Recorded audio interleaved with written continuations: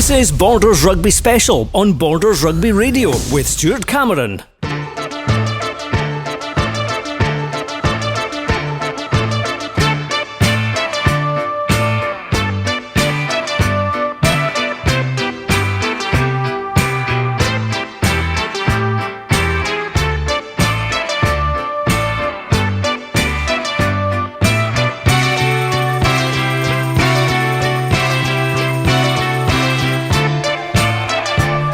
Hello and welcome to Netherdale for this week's Borders Rugby Special for the first time on a Monday night for the Border League final between Selkirk and Melrose. It's unusual that the Scottish champions Hawick and the National 1 League leaders Kelso haven't made it through to the final, and we'll explain why shortly, but it means we have a really intriguing contest in store for you between the team which finished 5th in the Premiership, that's Selkirk, and the current 3rd place club in National 1, Melrose. Well, our commentary team tonight is Purdie, Graeme Dodds and Dale Clancy. So let's bring them in now, starting with you, Robin. Obviously, I mentioned it's interesting that Hawick didn't make it due to the fact that Selkirk drew with them on the first day of the season, and in the head-to-head between Jed Forest and the two teams in Pool A, Selkirk beat Jed by the widest margin, so that's why they're here. And in the Pool B, of course, Melrose came out top by beating Kelso, Gala and Peeble. So an interesting matchup. It is an interesting matchup indeed, Stuart. Good evening.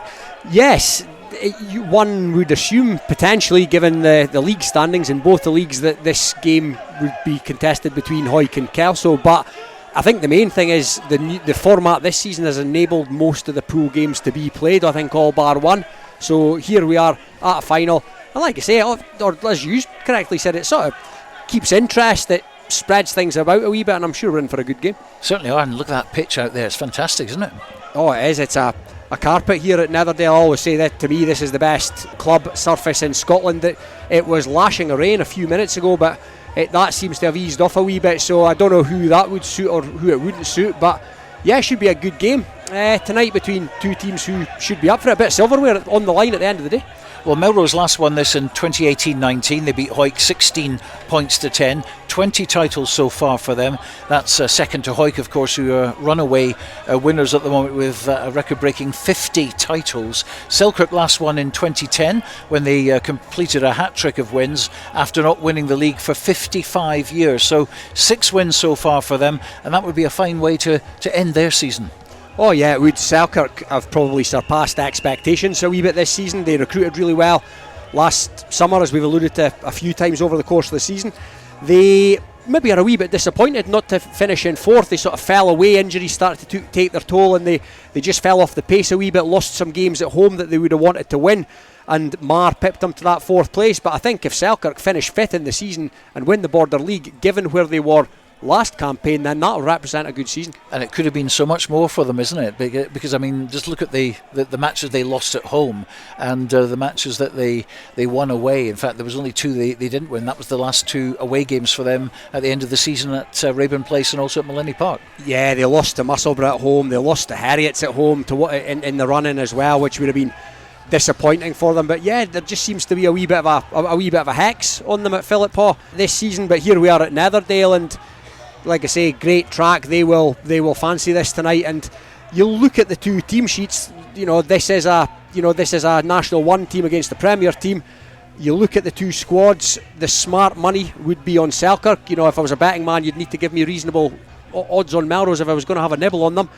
But it's a cup final. Kelso run Hawick very, very close last season. Only a few weeks ago, a team from the division below Melrose, Peebles, run them pretty close, and that's what Melrose have to hang their hat on tonight. Now, Dale, you were at the Peebles game at the Geights, and almost a bit of history being made. It took them to 2 minutes before the end of the match to get that final score that they needed to get here. That was a great game in terrible conditions at the Geights, but I think it showed Melrose's character. I think they were dragged into a bit of a dogfight. It helped that Peebles had certainly done their homework on Melrose in terms of really shutting off that channel outside 13, and I think they had dominance up front, and I feel that's going to be one of those areas that Melrose are going to have to work really, really hard this evening, is in that scrum to try and get dominance up front to at least get a bit of parity on the field, because you do feel that Robin's already alluded to that there is a little difference in level, but there's not too much. There's some class players still out there in the Melrose team, players that have won the Border League, players that have been there and tasted a lot of success in years gone by. But Selkirk, I think it's totally true. If you asked them at the beginning of the season if they were going to get silverware, they probably would have bit your hand off for that, especially the Border League as well. It adds to the tally because they've only got 6 titles. They're looking for that 7th, so it should be a great game. But I think it's one of those finals that could cancel each other out. It could be one of those fixtures that it's a lot tighter than what we perhaps think, because on paper there's a little bit of a difference between these two sides. Talking about these two teams, though, the back line's very, very similar. Very much all of them could actually go out there tonight and set the whole park alight. But it is a cup final, and that might not happen.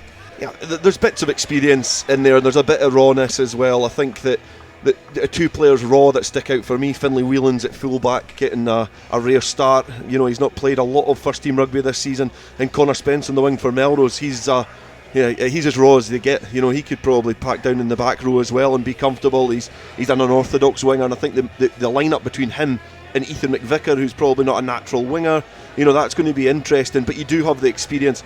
Craig Jackson playing for Selkirk against a team who he's tasted a lot of success with in years gone by, and then that experienced halfback partnership between Bruce Colvin and Struan Hutchison could be instrumental for Melrose. I was about to say the away side, but they're both away sides, but certainly the experience that those 2 players bring is going to be really important for Melrose. Well, also, Dale, I mentioned the good away form for Selkirk, but they did lose their last couple of games on the road at Accies and Curry, and this is another away game for them tonight. And of course Melrose played here at Netherdale against Gala earlier on 9 days ago. Yeah, I think you can disregard the Gala game here. I think it's a different level, it's a final, it's a different occasion, but the Edinburgh Accies and Curry game perhaps illustrates the level that Selkirk are at. They're 2 teams that they were playing against, vying for positions in the playoffs, but just not able to make it and not able to get over the line. And I think there's probably, and I'm speaking completely out of turn here, but I think there's certainly been a dip in form since Scott White did signal that he was going to the Southern Knights. I think there's been that little bit of disengagement, and that's perhaps where the wheels fell off for Selkirk. They perhaps could have snuck some more points and maybe got one of those victories that perhaps would have got them over the line. But that's just the way that seasons go. There's twists and turns throughout a whole league campaign, but they've got themselves in a position that can still get silverware. Well, also here tonight is Graeme Dodds. We'll be having a chat with him quite a lot actually after we've heard from the 2 coaches, because earlier on I spoke with Scott White of Selkirk, another man who's moving on at the end of the season. But first, Bert Greig. Well, Melrose have a good recent history of making the Border League final. Nice to get some silverware in the cabinet potentially today. Yeah, definitely. It's obviously a great occasion. The oldest competition in Scotland, so it's a bit of history, and yeah, like you say, Melrose have got a good history of winning it, and I'm sure, we're definitely going out for the same result tonight. Not just Scotland, it's the world. It's just the world, exactly. Yes. Sorry, yeah, much bigger than Scotland. Yeah. But well worth winning, of course. And of course, you played here over a week ago, down here at Netherdale. So that's certainly given you a little bit of an edge. You know the pitch and everything, how it plays. Not your greatest performance by all counts. No, boys are finding it a bit funny being in the home changing room, dare I say. Not off we're never in there. But yeah, a bit of familiarity. I don't think we could have got any more split distance between the 2 clubs, and look at the pitches in good condition considering the time of year, and there was a game on Friday night, so looking forward to it for sure. Yeah, I mean, talking about the pitch, I mean, we've seen some pitches around the area and it's a quagmire. Down here it's like a bowling green. It is. No, it's well looked after. A bit of rain about today. Yeah. I'm not sure if it benefits either side by how both of us like to play, but I'm sure it'll have an effect. But look, if there's mistakes, we've just got to react positively to them and get the ball back. Now, tonight there's 23. It's a squad of 23 for each, so 46 boys will get to play some rugby today, which is great. I was looking down your team sheet. You take Will Ferry out, and you've got a completely Melrose born and bred team. Yeah, I will admit it's Will Ferry and Archie Pilcher. There was a slight clerical error. From Duns. He's a Duns man, so I have to reference that. Yeah, so I have to reference that. But no, like you're saying, I think to be fair, Selkirk are similar, so there'll be close to 40 Borders boys playing, and I think that's really important, and obviously it'll lead into sort of some some of the South stuff as well. Like it's really good to see those Borders boys born and bred still playing for their home clubs, and especially on an occasion like this. A great occasion as well, because Kelso at top of the table in National 1, Hawick have won the championship. Neither are in the final though. Yeah, exactly. And look, we just referenced that. It's like, look, we deserve to be here. All right. In the final, we won those games against Kelso. We won those games against Gala. We won that closer game up at Peebles than it should have been. But look, we deserve to be here. We deserve to be on the table, and so does Selkirk competing for this. So look, it's let's hope we just live up to the standards that it should be. And different from playing league rugby, this is cup rugby. Yeah, exactly. So look, it's my first senior team cup final, so looking forward to that as well. A bit of a different atmosphere. We prepped on sort of changed Saturday, obviously the game being a Monday night, so it was slightly different, but yeah, boys have prepped well for the occasion. And of course there's this match, and on Saturday you go to Millennium Park to take on Curry, so two Premiership teams, which again is a good way of testing you. Well, this is it, and look, it's again what we said in there, we referenced like promotion hasn't happened for us this season, but it's a good opportunity for us to test ourselves against I think Selkirk finished 5th, so top 5, 2 top 5 teams in the Premiership, and actually see where if we can compete at that level. Well, the league season's kind of petering out a wee bit now, and obviously you're still in the cup, and there's this as well. Yep. But looking towards the end of the season, you're moving on to higher things. You're working, I believe, with Scottish Rugby, doing something there. But you'll look back on this season in your own kind of career head coach of Melrose, pretty satisfied looking back. Yeah, definitely. And I mean, it's just a matter of being able to give 100% to both my my full-time job and my part-time job, and I think next season just need a bit more of a focus. But look, it's been something special being involved with this squad of players, the club at Melrose. It's been a real enjoyable period of my life, and definitely something that I'll look back fondly on, and hoping tonight is an extra bit of fondness to think back on. I was going to say, because at 9 o'clock I could ask this question, we'd have a completely different answer if you win it, but looking back on what we've seen so far, what's been the standout moments for you this season? This season, look, it's hard to get away from that Gala at home game. I think everything we touched that day turned to gold, and then some just good performances. Kelso at home again, real tight, winning up at Highland away. I would hate to think when the last team scored a try bonus point win up at Highland, so situations like that probably have been the standout so far. And you've seen and you've developed some great new talent that's been coming through the ranks as well. Name a few of the youngsters who you think are really going to kick on from here. Look, I think Rolly Brett's probably one for me. I've known Rolly since he was about 14, which is quite scary. He's now 20, and look, I think he's been like having a new player back. Obviously he's missed the majority of the season with his ACL, and since he played on that Friday night against Peebles, he's been a real highlight for us, just as a youngster, just still only 20. I think he's got a real promising future. Young Will Ferry, obviously his older brother, plays Super 6, and if I'm honest, again, Will's 21. I don't see him being far away. Maybe another couple of seasons in this sort of environment, but he's certainly one that's going to push on into that. I think could push on into that environment as well. So what sort of game are we going to see today? Because as I mentioned, it is cup rugby, it isn't league rugby. Different mindset completely. Yeah, I think so, but I think both teams, I think both of us, like Selkirk, love playing rugby, don't they? Let's be honest. I think it's always been the case they're not allowed to kick the ball when they're at high school. They've just got to run everything, and I would imagine it's much the same at sort of senior level. But look, I think both teams will try and play. I don't think we'll see a 3-all draw or anything like that. Nobody will die wondering, that's for sure. That's right. So you're predicting entertainment right through the 80 minutes? Yes, that's certainly what we're going for anyway, so let's hope we can deliver it. Fantastic. Wish you the best of luck. No worries. Thank you, Stuart. Scott White joining me now at the back of the stand at Netherdale. You're also coming to the end of your stint at Selkirk, 5th in Scotland, despite losing a lot of home games, but losing only 2 away is pretty satisfying. At the same time, it's kind of shades of what might have been, isn't it? Yeah, I mean, it's, we really lacked consistency from Christmas time. Up until Christmas, we were in a very good position, very positive. And you know, it ended up being week on, 2 weeks off, week on, 2 weeks off, 2 weeks on. So we never really got any momentum. And you know, it's probably much the same as tonight. You know, we've not played now for 2 weeks, whereas Melrose have played the last 2 weeks against Highland and Gala. So in one aspect, it's been great because it's allowed me to come down and watch Melrose the last 2 weeks. So done our bit of homework. And you know, boys have rested up, but it's also hard because you can't get game fit without playing games. What's been happening in training then? Because as you said, the boys have been there, they've been working on moves and stuff, but no substitute for actually getting out on the pitch for 90 minutes. No, I mean, the twos have been great, and I mean, there've been a wider squad in terms of named over the last 2 weeks, so there's actually been about 27, 28 boys down for the last 2 weeks, which is great, you know, especially given the fact that, you know, the seconds haven't had any games. But as we said, you know, we sat them down at about 6 weeks ago. Well, no, it would just be after we lost to Mar at home and just said, look, how does the season look now? You know, and we've highlighted the Border League final because we've been in it for a while, but also we're going to Scottish Cup round 2 on Saturday, so we've got to buy round 1, we've got a home tie there, and then, you know, if we manage to beat Musselburgh on Saturday, you know, we go away to Ayr and GHA in a quarter final of the Scottish Cup. So I mean, we've put it to the boys that there's still actually a huge amount to play for, and it could actually still be a really successful season.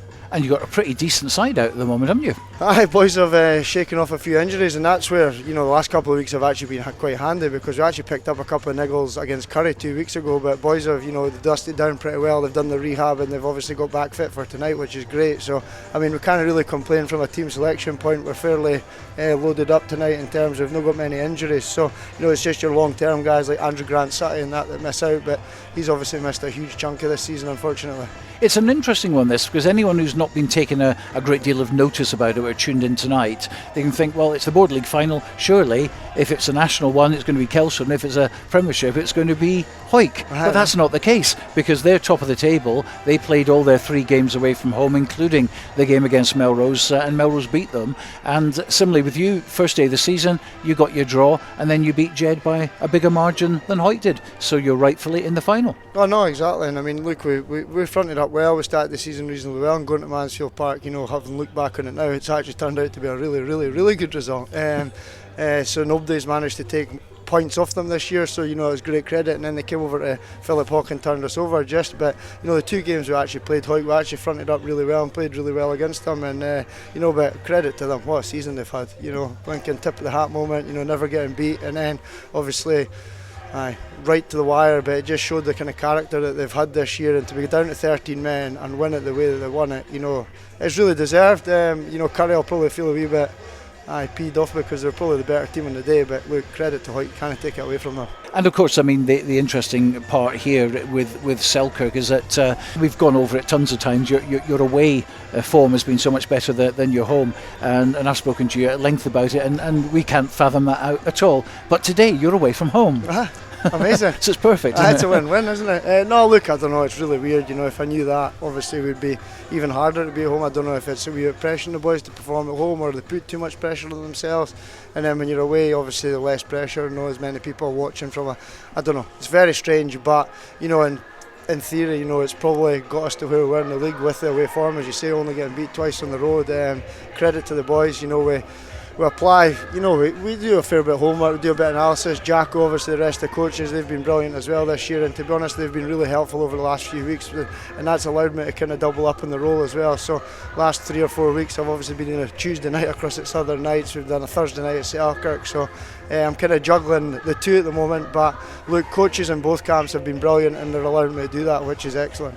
Well, I remember back in 2008 when Selkirk won for the first time in 55 years. Basher Ingalls was there to see it. It happened at Purdie Park, and then Selkirk went on to win the next 2 on the trot. So that was back in 2010. Unfortunately, got beaten one of them at the Green Yards. Yes, that's right. I wasn't going to mention that, but it seems you brought it up. But yeah, what does it mean to Selkirk? 'Cause I know what it meant back then, but you know, we've gone on a few more years, another 13 years without this trophy in the Philip Hawke cabinet. Oh look, I think, you know, Ross kind of put a message on the group to the boys today, you know, and you know, I had to look it up to make sure it was right, you know, and he said, you know, Selkirk have only won this 6 times in the 115 years that it's been. So I mean, look, I think it's still a special tournament. It gives you a kind of local bragging rights as well. It's the oldest rugby tournament in history of rugby, you know, and as I said to the boys there in the huddle before the game, you know, they might not get in this final for another 13 years. They might not get in a final for 13 years. And I'm saying, don't let it pass you by. You know, these are opportunities that you've got to grasp, but in the same breath, don't put too much pressure on yourself. You know, you've got to go out, you've got to enjoy the experience, you've got to, and I'm saying, if you individually can bring your best performance tonight and then collectively we manage to pull that together, hopefully we've got the right receiving end of the scorecard tonight. Everything points to a Selkirk win on paper. You're away from home, which is perfect. You're the Premiership side, they're a National 1 team, but it's a cup final. No, exactly. It's a one-off game. You've got to come here. You've got to turn up. You've got to look at the things. I think the last 2 weeks have been brilliant for us. You know, we've not played Melrose this year, and you know, I think there's a few of the boys still smarting from last year. You know, they took 50 points off us down at the Green Yards, and it was embarrassing. You know, we didn't turn up that night at all. So, you know, that's been mentioned a few times this week as well. So, you know, we're keen for that not to happen again. But I think in terms of the people that have come into the squad, you know, we've got James Head back fit tonight, Craig Jackson at 10, you've got a lot of experience, Ross Nixon there in the back row, moving Aaron McComb to, you know, 12, and then you've got like young Finlay Whelans coming in, who's not played a huge amount this year, but you know, he really impressed up at Curry 2 weeks ago, and then actually moving Ethan out on the wing, he was actually our best player on the pitch. So we're in a good position, there's no excuses, the conditions are great, our team selection's as strong as it could be. So look, if we get beaten tonight, Melrose have been the better team, but let's hope no that's the case. Okay, well, we wish you the best of luck, and we'll talk to you later. Cheers for now. Scott White and Bert Grigg as well, and their thoughts on it. And reading between the lines, Dale, I think they're going for it, both teams tonight. Do you get that impression? Yeah, you've got to. It's a border league. It's a huge competition. I think that, you know, you speak to a lot of players who perhaps, you know, represented their hometown or a club that they've been affiliated to for a long time, and you know, border league finals perhaps or in any format, you know, when it used to be just a traditional league, they level quite high up in terms of their achievements, and you've got to go for it. Both teams have to, you know, go full hammer and tong at this, because, you know, in terms of their league campaign, both teams have been there or thereabouts. They've almost been there, and then the wheels kind of fell off in the last few games. So there's almost been that little focus, that shift in focus towards the border league. And as we've said before, Robin alluded to it before the programme, and the fact that, you know, if you'd asked Selkirk at the beginning of the season if they could finish fifth and get a trophy, they'd bite your hand off. So there's silverware up for grabs here. Now I think we'll bring in Graeme Dodds. Graeme, you've obviously been involved with the Melrose side quite a bit as well, and just looking down these team lists at the moment, so they're pretty much at full strength, would you say? Yeah, not far away. Obviously a big miss in the pack for Melrose will be Angus Runciman tonight. You know, he's a kind of stalwart there, obviously had Super 6 experience and runs a line out for Melrose, so a bit of pressure on these other guys. Tam Brown will need to step up tonight, run these line outs, because by all accounts against Gala, that was their kind of downfall, was set piece. So I think apart from that, I mean, you look down the Selkirk team, that's certainly the strongest 1 to 15 that Whitey's had to choose from this season. And you know, I'm good pals with Whitey and I spoke to him a lot over the season. That's one thing they've never really had, is a full squad of players to pick from. So for him tonight, you know, they've got that, and he'll be excited to see how they go. This is a cup final. It's a very different scenario. They're both playing at Netherdale, and not a Gala team inside. No, exactly. They're both away from home, neutral ground, and nobody gets that home advantage. But as you were saying earlier on, you know, Whitey's and Selkirk's team struggled away at home this year, so away game for them might be the best thing for them. But I see Melrose are in the home dressing room as well, so Selkirk are in the away dressing room, so that's a good thing for them. But you know, as you say, it's a border league final, and these were always massive games when I was a player. You know, it doesn't matter whether, you know, there's only 8 or 9 teams in it. It's a border league final, chance of a cup at 9 o'clock tonight, and I just want to see a good game of rugby. You know, they'll both go for it, and you know, I think Melrose's underbelly has been questioned in the last few weeks, which is a disappointing thing from an ex-Melrose player. And you know, I had a crack with a few boys today and just said, look, just go out and prove that is not the case, because we never want that on our backs, you know. And they've got nothing to lose, have they? Absolutely nothing, no. But at the same time, you know, they've got a real chance here of having a wee bit of success this season. And same for Bert, you know, it's send Bert off for me in the right way, because Bert's put a lot into this club and obviously struggled a little bit latterly with commitment from his full-time job that he does, and then, you know, he's at the club longer than anybody else every single week, and I want the boys to really put on a show for him. And they're going to like this challenge, aren't they? Because it's not just this week that they're playing Premiership opposition. Next week they're at Millennium Park to play against Curry. Yeah, absolutely. And you know, it could really finish off quite a frustrating season for Melrose. You know, they've won games where they maybe shouldn't have won, and then they've lost games. The two Ayr games stood out for me. Should never have lost. I wasn't at the away game, but the home game against Ayr was one they should never have lost, and they were right in it at Kelso as well. I think we can write off the first game of the season against Stirling County. That was just one of those days when nothing really went right, and it was the first day of the season. But apart from that, Melrose could have been really in it. But all credit to Kelso, they were pretty outstanding 2 weeks ago, and then last week obviously against Ayr at home. So it's for them to do. But I think the difference in leagues, in a Border League final, I don't know. Bruce Colvin down there getting them fired up, playing with a broken hand tonight by all accounts. Yeah, absolutely. And if it wasn't a Border League final, he wouldn't be playing. He's risking it for Melrose Sevens as well if something goes wrong tonight, but that's how much he's given to the club. He doesn't want to miss this. He wants a chance to lift a cup for his hometown. And it really does mean a lot. We know that the Border League, obviously, they have to fit it in now with the way things have been in the past. Hopefully with the 10-team leagues, things will be a little bit different. And, we might be able to get separate matches. This year's, it's kind of worked very well as double headers in National 1 and double headers in the Premiership. But, you just have to play what you've got. Yeah, you do, and that's all credit to Selkirk and to Melrose for getting to this position. We're into obviously into March now, and we all knew this Border League was coming up. And yeah, as you said it before, it should have on paper been Hawick and Kelso tonight, but that's not always how it works. It's quite often that even when we had success in the Premiership back in the day, and quite often we're not in the Border League final, just the way the fixture list went. And Selkirk and Melrose have got themselves here, and they're in a cup final, and they'll both be going for it. And Robin, in the old days, of course, there wasn't such a thing as a Border League final. It was all league. Everyone used to play each other. It's a very different animal now, as we've just said, but it still means so much to all the players on the park tonight. Oh, yeah, Graham's exactly right. I happen to work with someone from the Selkirk camp and someone from the Melrose camp, and let me tell you, these clubs are absolutely bang up for this tonight. They want their hands on silverware on a Monday night. But no, it really does mean so. The days of playing as a league are long gone, and it does to an extent have to be shoehorned into the season summer. But it's just great to be here at a final with the vast majority of the games having been played this season, which has not always been the case in more recent times. And it has been trimmed down, obviously, in terms of teams, currently down to 7. There's now surely an argument that Berwick could come back in at any time, the way they played against Peebles and lost by just a point at the Guides. Yeah, hopefully, the more teams involved, the better, but also the more teams that are going to be at least semi-competitive, the better. You don't want, and I don't mean this as any disrespect to any team, you don't want them to be in there as a token gesture.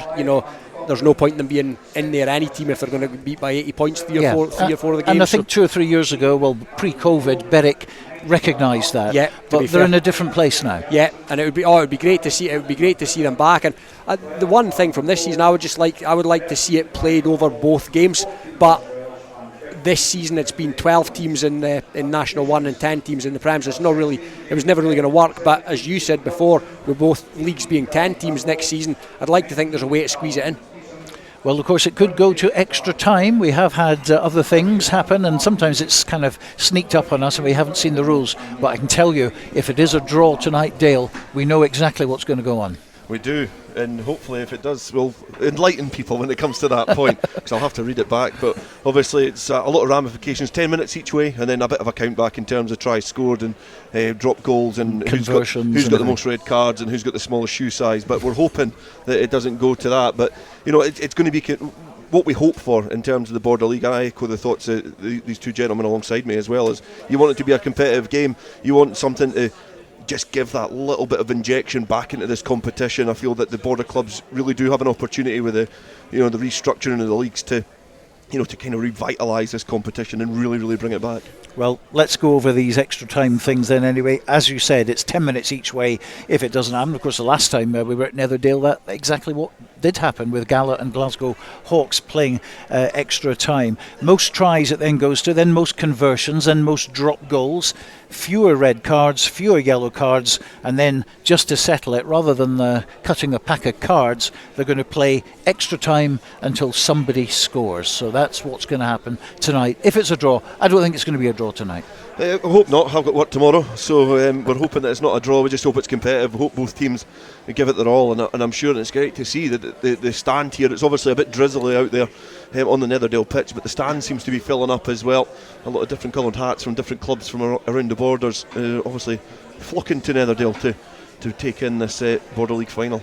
Well, we're just about 2 minutes away from the big game. It's Melrose against Selkirk. It's the Border League final for 2022-23. Your commentary team is Graeme Dodds, is Robin Purdie and Dale Clancy.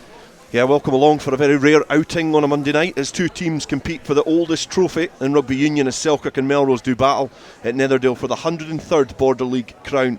Perhaps National League form has not paid off for both of these sides this season, both narrowly missing out on being in the mix for the prizes as their campaigns were derailed in the last few games, but there's still silverware to be had and both sides will be trying their best to wrestle the trophy back to their home patch. Selkirk, they topped their pool, which comprised of Hawick and Jed Forest, and the draw against the Scottish champions in the opening game of the season has been a blessing in disguise as they then put Jed to the sword at Philippoch a few months later to fight it out for what would be their 7th Border League crown. Melrose had two contrasting home victories, a narrow one against Kelso and a big one against Gala to give them a foot up to the final, and then a battling performance at the Gates on a rain-soaked Friday evening saw the Greenyards men put their name alongside Selkirk in this year's finale.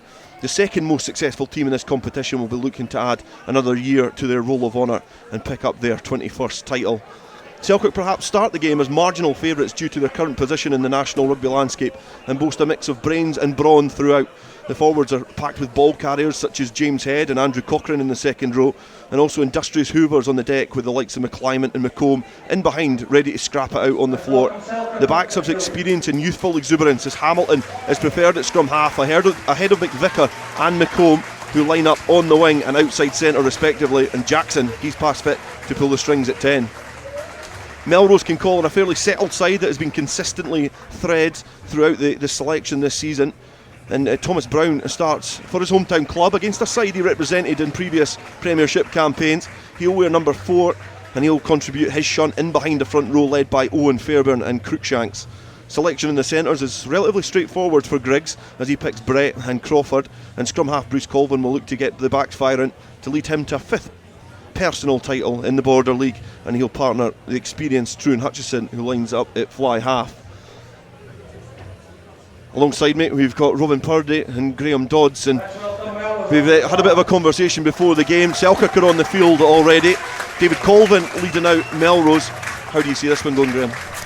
I just hope we see a bit of rugby played. You know, it's quite often you get into a final and you know, there's quite a lot at stake, and you know, you never know kind of what the standard's going to be at, but you know, the rain's starting to come down here at Netherdale, but as we alluded to earlier on, it's a great pitch down here. You know, it's good to see the boys playing on grass as well, you know. But no, it's a great track. It always has been, Netherdale, and it's always been a pitch that's kind of wanted running rugby to be played on it. And you know, it'll be interesting to see. Both teams will be going for this hammer and tongs. I'm sure they will. It's a kind of, in this competition, obviously, it's the last chance at the silverware, and they've got that chance tonight. Last bit of conversation from the man in the middle, Ross Maben, who's the referee. He's assisted by Sean Niven and Stephen Turnbull.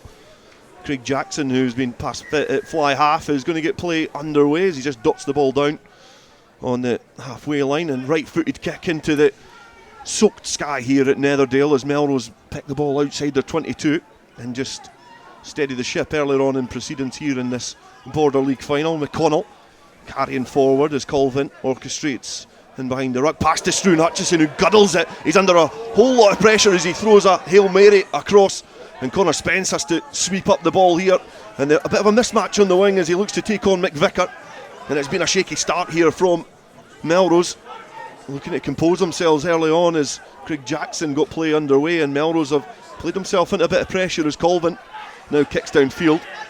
Finlay Whelans gathers it just on the halfway line and splinters it infield to Craig Jackson, who bounced off one foot, goes into a bit of trouble as Melrose look to swarm the breakdown area and get the ball back on their side. Selkirk do well to fight on it on the floor. It's slow pedestrian ball coming out there as Ross Maben gives the penalty. It's going to be a first penalty to Selkirk, but Robin, that's a shaky start from Melrose. Yes, it was pressure. It's a final, Dale, but it was Struan Hutchison of all people found himself in a bit of pressure, but yeah, Melrose did well to exit that after what they'd got themselves in. A good kick by Bruce Colvin, but yeah, the penalty, first penalty of the game's been conceded, and that gives Selkirk now a reasonable attacking platform from which to work. Jackson's just kicked the ball towards the 22. Melrose side just a couple of metres away. As Riddle just has the last conversation with Petty just before they throw the ball into the line out and go through their repertoire. A little movement and it's aimed towards the back to James Head. A little shunt comes on from Melrose up front in the maul as they look to try and nudge Selkirk a little bit closer to their own goal line area, but Selkirk have done well to manipulate the situation as Hamilton spills the ball in field. Again, has to get quickly there to the breakdown, and a big carry forward there from Andrew McComb. Selkirk enjoying a little phase with the ball in hand, because it's been all Melrose so far in terms of possession, but it's been ripped there and stolen as Rolly Brett looks to try and get the ball out to the wing, and it's almost successfully went to Hamish Weir there, but a little knock on. And Melrose showing a little bit of danger out wide, and that's something that they're going to look to try and exploit, Graham. Yeah, definitely. That's where we've had a lot of joy this year. It's been in the backs, and Donald Crawford and in that 13 channels had a lot of success there. And just if the hands had been a little bit sharper there, Hamish would have got into free running, but unfortunately not. But a good turnover from Melrose. Pretty good defence. Selkirk coming hard there 3 or 4 phases in a row, and Ross Nixon and McComb carrying from the back row, and met pretty hard from Melrose. So it's good to see to start with. They're almost two teams that have got quite similar styles in terms of wanting to spread the ball, exciting backs. It's going to be an interesting battle, certainly on that wing in front of us on the stand side. And Connor Spence is a powerhouse on the wing, and Ethan McVicker, he's a tenacious utility back, if you can call him that. Now the ball from Hamilton's going to be popped into the scrum, but the referee is giving a little shrill of his whistle to reset. And it's going to be slippery underfoot, but it's an area, Robin, that both teams are going to have to try and fight for to get a little bit of parity up front. Yeah, and in the front row, Zen Zvadrak for Selkirk, he, I believe, played the full 80 minutes for Poland yesterday, and believe it or not, in an international against Belgium. So it'll be interesting to see how long he manages to last tonight. But yeah, he's kind of the cornerstone of that Selkirk scrum, so it's going to be an interesting battle once we ever get going with reset scrum. Let's hope this is not the shape of things to come. Solid scrum now as both front rows collide. A little nudge coming on there from Melrose, and it's a free kick to Selkirk. McComb tapping and going and taking it forward. Hamilton digging about with the ball there. It looked like it was a little knock on, but it's been tipped on there to Nixon from Petty in close quarter action. Jackson having to stoop down low to try and gather that ball as he stabs a kick into the in goal area, but it's just going to be watched back there by Hamish Weir. A little bit too much on that kick there as Selkirk looked to try and get in behind, and Hamish Weir watched that well, but again it's perhaps a sign of the impressive defence that Melrose have, that Craig Jackson looks to kick in behind. Yeah, obviously the conditions tonight are little grubber kicks in behind and putting pressure on the Melrose back three. That's obviously a tactic that him and Scott White have talked about, just with a slippery ball and the nature of the pitch. But encouraging start from the Melrose defensive point of view anyway. They've not had the ball in hand really, apart from the initial mistake at the beginning, but defensively Selkirk certainly haven't had much joy yet in attack. A scrum centre field just outside the Melrose 22. We've been camped inside the Melrose half since we kicked off 5 minutes ago. They'll have to be a little bit more patient here at this set piece and not try and push too early, but the shunt does come on from Selkirk and they manage to get it back on their side, and it's a messy set piece there, and Selkirk having to dive on the floor and try and get that. Scott McClyman almost opened the gap there and scampered in, but he's quickly swarmed round by the Melrose tops as the ball's carried forward there from James Head. Hamilton digging about, taking play down to a slower pace as Riddle now catapults himself into the Melrose defence. Hamilton getting there quicker, looking to take his time at the breakdown. Now Shafajak carries forward, makes a metre or two in contact. Now to Jackson, and he's just tipped on Aaron McComb, evading the defence. Sleight of hand there from the experienced fly half, and Aaron McComb starts at inside centre, just ghosts in for the opening score here. And after 6 minutes, it's Melrose 0, Selkirk 5. Yeah, to me it was always going to be a case of how long Melrose can stay in the fight in this game. as Graeme alluded to, defensively they started really well, but the pressure just came on there. There was a big old scrum in there from Selkirk, their first scrum of the evening, and that's what ultimately put the pressure on Melrose. And yeah, lovely sleight of hand, as you said, Dale. Craig Jackson there showing all his experience, and you're a willing runner, Aaron McComb, and Melrose will need to hit back here. They'll need to stay in. They'll need to find a way to stay in the fight. The conversion is successful as well from Craig Jackson, so 7-0 to Selkirk as they get the first blow here in the Border League final. And it's a familiar face adding the extras is Craig Jackson, who spent a long time at Melrose and the Southern Knights. And he gets the conversion after setting up the try for Aaron McComb. Stuart Hutchison with a little delicate kick downfield to get play back underway. His return from Hamilton, left-footed and sclaffed off of the field, and it's made its way up towards the Selkirk 10 metre line. But this is the first time that we've seen Melrose in the Selkirk half, and there's going to have to be a reaction here, Graeme. Yeah, absolutely. And I think the one thing they will have touched on last week and at the weekend when they were training is the set piece has to be right. If you're going to compete with a team sort of 7 or 8 places above you in the national leagues, you've got to get your set piece right. And that was a poor scrum from Melrose that led to the Selkirk try, so the line-out has to be bang on. Line-out is accurate there. It does go to the tail, but Ross Maven has brought that back, and it's a squint throw at the line-out. And this is perhaps going to be an area that it's going to be difficult for Melrose. The absence of the likes of Ben McLean who throws in, Graeme, that's going to, and Angus Runciman, as you've alluded to, it's critical, to win your set-piece ball. Yeah, well, as you know, Dale, the spine of your team starts at 2. You've got 2, 5 and 8 there in your pack that has to be bang on, and obviously we're missing our first choice guys there, and going with the first scrum and the first line out, it's not looking good set-piece wise. Selkirk now get the put in to the scrum. Ross Maven just speaking to the 2 front rows and outlining what he's expecting here. The rain just drizzling down in a slight haze in front of the floodlights at Netherdale, making conditions slippery underfoot and obviously with the ball in hand as well. Put into the scrum there, and again an infringement at the scrum means that Selkirk get a penalty.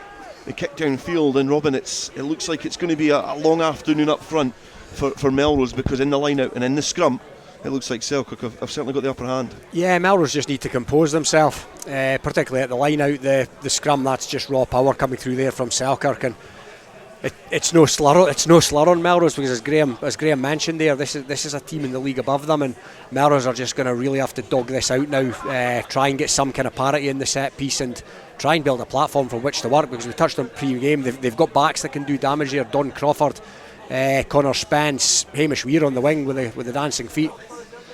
Throw into the line out from Bruce Riddle. Again, a very useful member of the Selkirk squad, can play across that front row, and probably playing some of the best rugby that he played in his whole senior career for Selkirk. Accurate at that line out. And now it's into the hands of Shafar Jacques, who just splinters away from them all. Hamilton, he takes his time to get the ball away from the breakdown, does find a looping arc and run there from James Head, and he has to dig about again inside that set play there to try and dig the ball out. A little box kick downfield has been touchdown in goal, and perhaps there a sign of, if Hamilton's playing that ball slow, it does allow Melrose a little bit of time to set that defensive line. You run out of options, and he's looking to just try and kick for a shot to nothing. I think obviously with Hamish and Connor Spence on the wings, I think they're trying to get these big guys turned round. I think that's apparent with Jackson's tactics as well as Hamilton. And Connor Spence has never really been tested as a winger, as you say, with a back row forward last year, and he's moved on to the wing. By God, he can run, but they're not really sure of his winger ability. So Stuart Hutchison now kicking the ball downfield, and Connor Spence has been asked to run now, but it's Crawford and Bruce Colvin leading the charge downfield. It's been gathered there by Josh Welsh, and he kicks an angled kick centre field onto the halfway line and makes very good ground there under a bit of pressure from Melrose. But as you say, it's those opportunities that we alluded to earlier on in the game, Graeme, that when Melrose turn the ball over, they like to get the ball wide, they like to get the runners into the game. Yeah, absolutely, and counter-attack will be their play. I mean, that was obviously a drop ball by James Head. Robin can give him a working in the office tomorrow, but I noted that. But exactly that. Our Melrose backs are dangerous if they get ball in the open play, but they'll not get ball if they don't win their set piece. an unorthodox line out there from Melrose this time, but it does find a Melrose hand as Thomas Brown now charges forward, just dips the shoulder to try and get a bit of momentum and a bit of leverage up front. Little box kick downfield has been chased by Hamish Weir. It's been well cleared by Josh Welsh yet again, but Melrose do make a bit of a territorial gain here in the kicking battle, and they have to be patient, they have to be clever against this Selkirk side, because Selkirk are a dangerous outfit.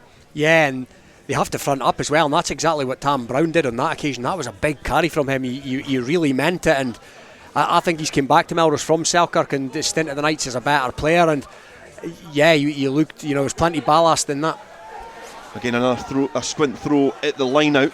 A platform set up by Thomas Brown, and when Gregor Lindsay was hoisted at the back of that line out, it had just been drifting towards the outside shoulder. So it's going to be another set piece. It's going to be a put into the scrum for Selkirk, an area where they certainly had the upper hand. Just a reminder, 12 minutes gone here at Netherdale in the Border League final. It's Melrose 0 and Selkirk 7, and the balance of play, it's probably quite a fair result. Yeah, absolutely. Selkirk took their really only chance. They took it well, but you're not going to win a cup final, Dale, if you lose two line-outs and two scrums in the first 10 minutes. They're lucky to still be only 7-0 down, if we're being honest. And if they don't get the set piece sorted, it could be a long night. Solid scrum there again from Selkirk. Hamilton, your ex-Boroughmuir scrum half, is preferred to the likes of McVicker. Just launches the ball to Aaron McComb, who has to reach pretty high to gather that, and he's been well matched by the Melrose defence as Hamilton tries to snipe from the breakdown. Now McClyman ducking and weaving, and McComb just rips the ball off of his back row partner and then feeds the ball to try and set up the platform. Again, Head just ducking that shoulder down, an important ball carrier for the Philippoch side as the bodies get there in abundance for Selkirk. Hamilton, a left-footed box kick downfield. Cottrell's chasing this. He gets up high on that one. He manages physically to beat David Colvin, but Donald Crawford perhaps just in front of the ball when it was in flight and touched by David Colvin. So offside there. It's a good attacking kick from Hamilton, a good one to contest, and Selkirk again, the penalty goes their way.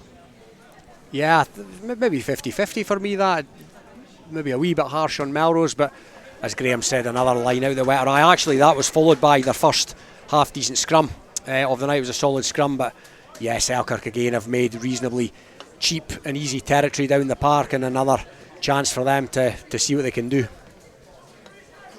Selkirk perhaps not had control of the ball throughout this game, but certainly in the set-piece area, they're winning the battle there just now. Not been able to build much momentum apart from the opening try from Aaron McComb. Inside centre for Selkirk, a line out thrown to the tail again as James Head gathers. The ball manages to filter its way to the back as Bruce Riddle now has it in his hands. He's got a little bit of company there in a Melrose shirt, and that's well defended at the maul. And we know how dangerous an attacking maul is from the Greenyard side, but defensively that's accurate there from Melrose. Yeah, that was our Melrose scrum half Bruce Colvin that got his sell in that maul, and we talked about it before the game. That's how much it means to him. He is like your old school Gary Armstrong. He's your fourth back rower and dogged defence there from Melrose, and that's really what's keeping them in this game. Selkirk have had parity set piece and making good yards from the kicks from Jackson and Hamilton, but Melrose are keeping themselves in this, and if they get parity in the set piece, they can build something into this game. Bruce Colvin, the effervescent and experienced scrum half. He's got 5 Border League titles of his own, 4 Border League titles, looking for his 5th, and playing as Graeme Dodds gratefully let us know that he's playing with a broken hand, so showing exactly what it means for the side as he feeds the ball into that scrum. Has been gathered at the back there by Elliot Ruthven, who picks up and bursts from the back of the scrum. Melrose having to work really hard at that breakdown as the bodies filter in from Selkirk, but the penalty does go the way of Melrose.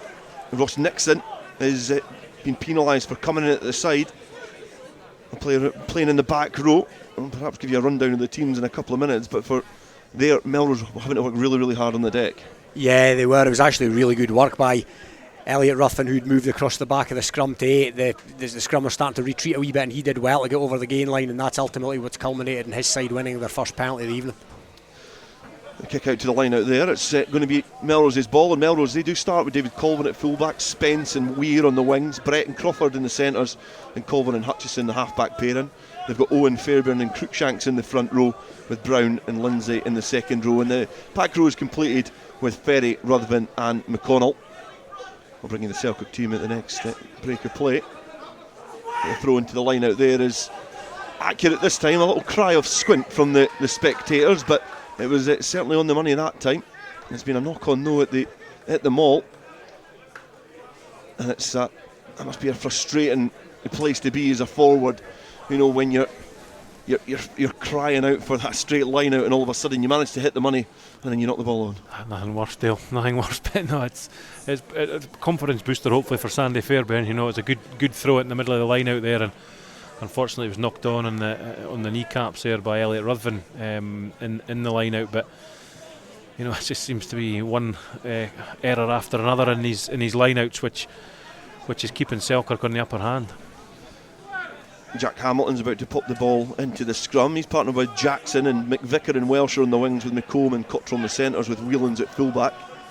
Front row putting in a good shift there of Petty, Riddle and Shafag, and then Head and Cochrane adding their brunt. In second row is a great ball, is just filtered to Cottrell there, coming in a acute angle, and now he's well supported by the back row, Nixon, McClymont and McComb, who managed to get away from the scrum and add their support to the breakdown. Hamilton just starting up the pace slightly as Jackson floats a nice ball out wide there, but it's just been knocked on. Selkirk almost looked like they were going to try and stretch Melrose there through Josh Welsh, but the ball just got knocked on there as Jackson looked like he'd picked out the winger, and that's a dangerous play there from Selkirk, just drawing the defenders in and then looking to spread the field, quite similar as to what Melrose can do. Yeah, I was going to say, Dale, Selkirk earned the right to go well there with some strong forward play, some strong carries that made a good 20 or 30 metres from the scrum, and yeah, on a drier night that might have just been taken in by Josh Welsh. Josh Welsh, who's opposite Hamish Weir on the far side here at Netherdale, on the banking side. Probably a more even battle than the one where Connor Spence has taken on Ethan McVicker. And certainly a bit of a mismatch there, but we're yet to see it come to fruition for either side, as Bruce Colvin breaks away from the scrum and shows his experience and awareness and rugby intelligence, but he's been bundled into touch. But certainly showed his physicality there as he carried the ball forward in towards the Selkirk half, and they're the sort of things that Melrose are going to be looking towards his experience to guide them up the pitch. Yeah, there's enough experience in the Melrose team to get them back into this, certainly, and Bruce will set the lead for the front and never take a backward step, as was shown there. He wasn't looking to evade the contact, put it that way, and it's Selkirk obviously with this line out but in their own half, and Melrose can get up and spoil this and look for this counter attack. Throw into the line out there again, goes towards the tail as McComb gathers. Hamilton then finds McClymont, who's got the high knees going as he goes into contact, looks to drive the legs as Petty now, who drops the shoulder, who's almost clattered there, but managed to ride the challenge. And it was a physical challenge as well from Will Ferry that came in, but the prop showed good strength to secure that ball, but the kick downfield has been kicked out in the full from Selkirk.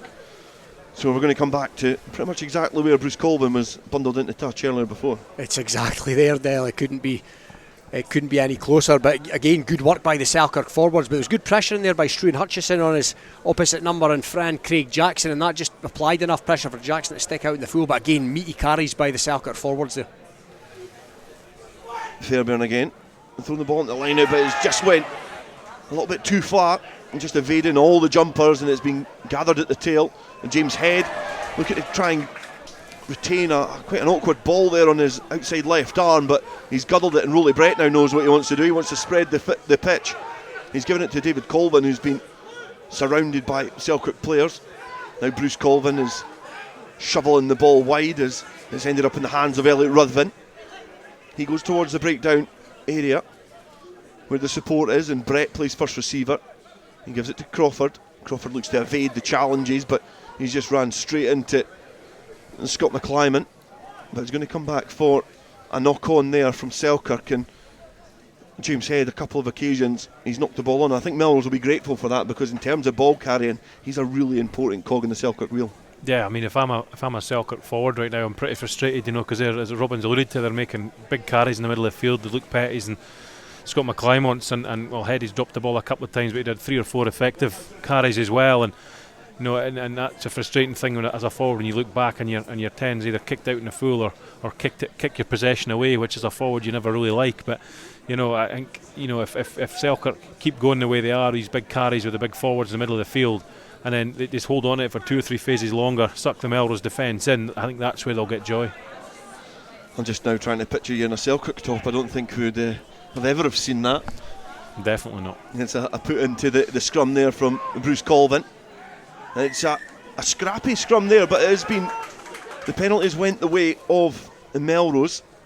And the referee just having a conversation with Luke Petty and Shafar Jacques and explaining his decision. But that's certainly a reprieve there for Melrose. They win the penalty. And now Hutchison with a lengthy kick off the field. He's centre field, but he manages just to encroach on that Selkirk 22. And that's exactly what they're looking for. They're looking for a bit of parity up front, get some mistakes and get some territory. Yeah, and I think they're starting to find that little bit of parity up front, Dale. I've been impressed by the way they've got themselves back into this game. They were struggling first 5-10 minutes, but yeah, they're quietly just engineering their way up the field, and they've got a decent platform here. Looking to go at the front there at the line out. It came back eventually into the hands of Cruikshanks, and he's tipped on there to Struan Hutchison. Melrose now, first real time that we've seen any sort of exerted pressure inside the Selkirk 22. They carry forward, the bodies get there and clear out. The players that were looking to try and scrap that ball on the floor. Ross McConnell carrying for Melrose now. And slow down slightly as Tam Brown just filters the ball out towards Will Ferry, but it's been knocked on. And perhaps a little bit too keen there from the second row to shovel the ball to a teammate. Perhaps a better option there, Graham, was to just stick it under the jumper and take it forward. I think so, Dale. Yeah, especially when it's the first real chance Melrose have had to get into the gold zone of the Selkirk 22, and just try and build. We've talked about it for the last 20 minutes, but build themselves into this game, and it's the first real chance they've had to build some phases in front of the Selkirk posts there, and the tip-on's on at certain times of the game. But I totally agree, Dale. Just head down there and look for the next man to support you. Neither team has really been able to exert any sort of pressure in this game so far. No, it's pretty level. Apart from the set piece, I think apart from that last scrum, Selkirk have definitely got an upper hand in the set piece. But other places in the field, there's not much in it, Dale. It's quite a level playing field. The scrum just in the shadow of the Selkirk posts. It's pretty quick there. Bruce Colvin is round quickly as well, just to get his body positioned in between the flanker and the number 8. He almost makes a nuisance of himself, but it's been well distributed to Craig Jackson, who lumps it downfield, and it's a huge kick from the Selkirk fly half just to relieve the pressure, and Selkirk will be pleased to see that, because there was a little bit of pressure coming from Melrose there, and Craig Jackson's just opened the release valve. Yeah, and Graham mentioned the things you don't want to see as a forward, but that's one of the things you most definitely do want to see. He's made fully 45-50 metres there, and it takes the line out now up to the halfway line, and Melrose's line out has been a wee bit of a mess so far, so Selkirk will be pretty pleased with the outcome of that exit. 25 minutes in here, it's still Melrose 0, Selkirk 7. Throw into the line out.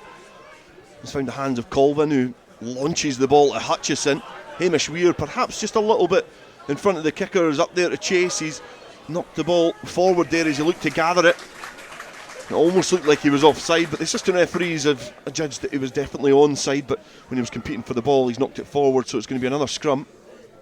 I don't know who's got the abacus out that's counting the scrums tonight, but there's certainly been a fair few so far. Yeah, I'm on penalties. Graham. Graham's on scrums. I am 14. Imaginary numbers. You doubted me there, you see that? Doubted me. We almost believed you, that was the worst of it. But there's going to be another scrum here, almost centre field outside of the Selkirk 22. And it's certainly been a stop-start first 25 minutes here in a Border League final. Obviously the conversation beforehand was about perhaps the favourite Selkirk. I'm going to flex their muscles and show their premiership class. But so far it's been a bit of a tetchy affair. It's stop-start, and both teams have been guilty of errors on both sides. And from this, Selkirk have not really been able to exert control of the game, and play rugby in the right areas. Melrose have scrapped for stuff. I don't know what you think in terms of what Selkirk need to do to try and grab this game and control it. But Melrose perhaps now, they've been really making Selkirk fight for everything. Yeah, and we've talked about Melrose growing into the game. Selkirk have not had a great deal of rugby at all in the last few weeks, and that's maybe apparent here. They got the early try and the kick, obviously, but they've just struggled a wee bit for cohesion, I would say. It's certainly not been a classic in terms of the opening 26 minutes, but you would expect nothing less in a Border derby, especially one that's looking for Border League glory, as the scrums disperse again and the anchored arm of Ross Maben goes the way of Selkirk, and Craig Jackson quickly takes that and kicks it downfield. He thought he spotted some space there, but it was quickly filled by David Colvin, who returns the ball. Right-footed kick into the 22. It's been watched back by Craig Jackson. He's going to be under a bit of pressure here. He looks to go alone, but he's running a little bit of danger, but one-handed manages to offload to Hamilton, and now Connor Spence now gathers the ball on the 10-metre line. A little bit of excitement and noise coming from the stand as he goes in between Whelans and McVicker. He makes really good ground and gets into the Selkirk 22. Colvin just waiting with bated breath for the ball to come out of that breakdown, and again he's there, and he's got Hutchison. Hutchison gives the ball to Ruthven, who bounces off his feet to go back centre field. Melrose not having to commit too many bodies to that breakdown, as big Tam Brown now goes forward, but he met with a couple of ex-teammates who just charge him back towards the 22-metre line. Not making much in terms of yardage there, as the ball's passed out the back to Hutchison. Hutchison finds Brett. Now Brett spills the ball out to David Colvin, who almost trips himself up. He does well to gather the ball and compose himself. High challenge coming in there from Selkirk as David Colvin was falling, but Ross McConnell now breaks free from the first challenge, and Selkirk have to rely on a second scramble there. Melrose running towards the line and Rolly Brett, but he's been wrapped up there. Now they're going to come back for the penalty, but certainly Melrose looking dangerous there when they get the ball, and I've always thought this when they play in Nat 1, when they get the ball, those two missed passes, they've got so many dangerous players out wide. No, they have. They've got the experience of David Colvin out there, and he'll go for the posts here and go for the 3 points to get Melrose to 7-3. But absolutely, we've got two big wingers there, and Dave Colvin at the back, and Rolly Brett's come back into the side since his knee operation, and he's a ball player. He's a clever rugby player. So it's like having you've got Stuart Hutchison and Rolly Brett. You've got your two first fives, as they call them, in New Zealand, and you've got your two playmakers there, one right footer, one left footer, and there's always space out there for these players. But it's the first time Melrose have really gone past 5-6 phases, and you see what happens. And teams will always get broken down if you just hold on to the ball and frustrate them. And they gave away a penalty just with Dave Colvin stepping back off his trusty left foot and the high tackle for Josh Welsh. But it's good to see from a Melrose point of view. They're just putting the phases together and building themselves. And it's taken 29 minutes, Dale, but they've built themselves into a position to get some points.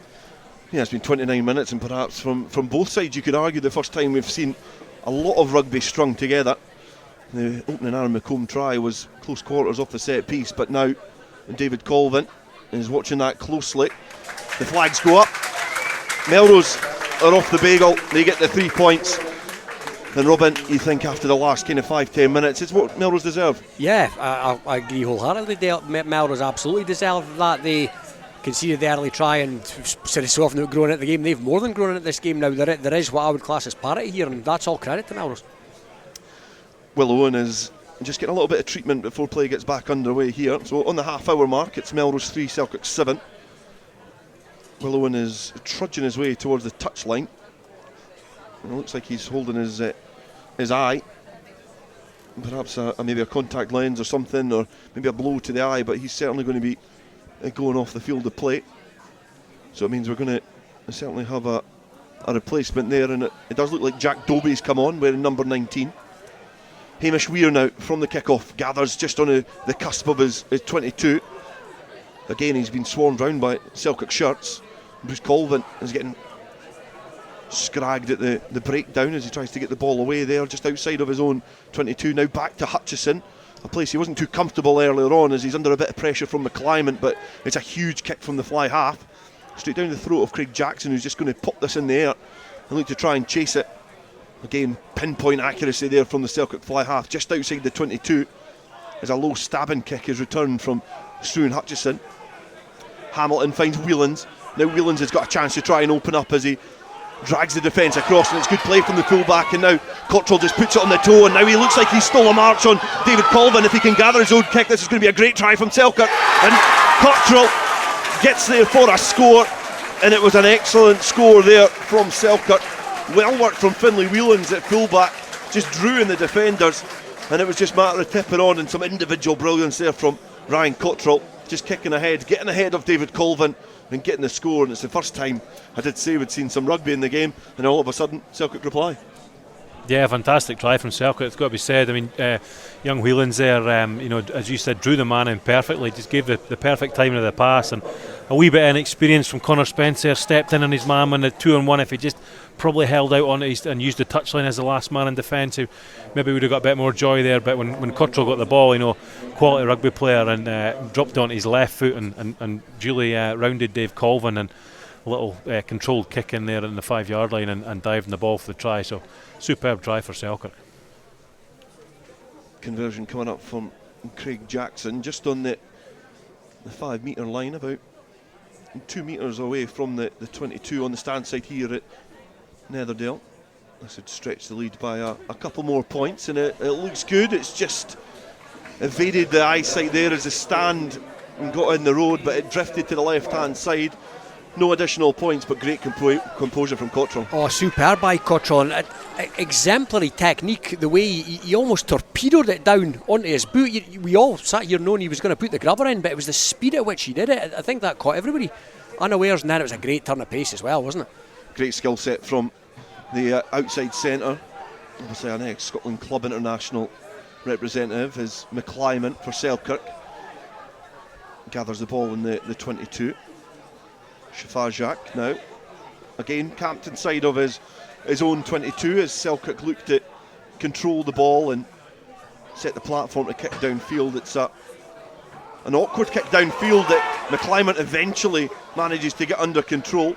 It's been knocked forward and then knocked back by both sides, and eventually Brett gets his hands on the ball, and Connor Spence now breaks a couple of challenges. He's got 2 players now hankering onto him to drag him to the ground, and Bruce Colvin is looking for some options, but he's been absolutely clattered there by Luke Petty. He's not getting off the scrum half anytime soon, which I'm sure will irk the Melrose scrum half, but it was a great hit from the prop. He's seen it coming. Bruce Colvin just not getting the options there, and he's been hit with a pretty hefty hit. Yeah, just nobody passed to there, no options there. Melrose didn't really snap in from that defence into attack mode, and Bruce Colvin was just looking for somebody to come off his shoulder. You could see it from up here, but unfortunately it didn't come. And when a loose head prop gets a chance to hit a 9, they're going to do it every time. And especially Luke Petty, with his history with Melrose as well, he gave the old man a good clattering. He certainly didn't get up the quickest. I've seen Coastal Erosion move quicker. He was lying on top of Bruce Colvin for a sustained period before he eventually got up to his feet, but it was a textbook hit there from Luke Petty, and it means that we've now got a scrum for Selkirk, and just on the 10 metre line, Jack Hamilton again is going to pop the ball into a relatively safe platform, but the introduction of Jack Dobie has perhaps added a little bit of bite to that front row. Obviously replacing Will Owen. Not a bad man to bring on, is it? Yeah, definitely. He's certainly looked like he's brought on something a little bit different, a little bit of fresh legs as well, to really try and challenge Shafar on that far side of that scrum, because as you alluded to, he's already played 80 minutes in the last couple of days. Yeah, and it'll be interesting to see how long the big fella lasts, but yeah, all credit to him. Don't know when he got back, if it was last night or if he flew back over today, but here he is turning out in the Border League final. It was an 18 to 17 loss against Belgium, so he'll be certainly wanting to try and win one of his games that he's played in the last 48 hours. And he's put his team on a pretty good platform so far. Melrose 3, Selkirk 12. As we approach the last 5 minutes of the first half here, now Hamilton popping the ball into the scrum, and it's looking like that scrum has got a little bit of go forward there from Selkirk, a little rag of the head there from Shafar, certainly showing no fatigue.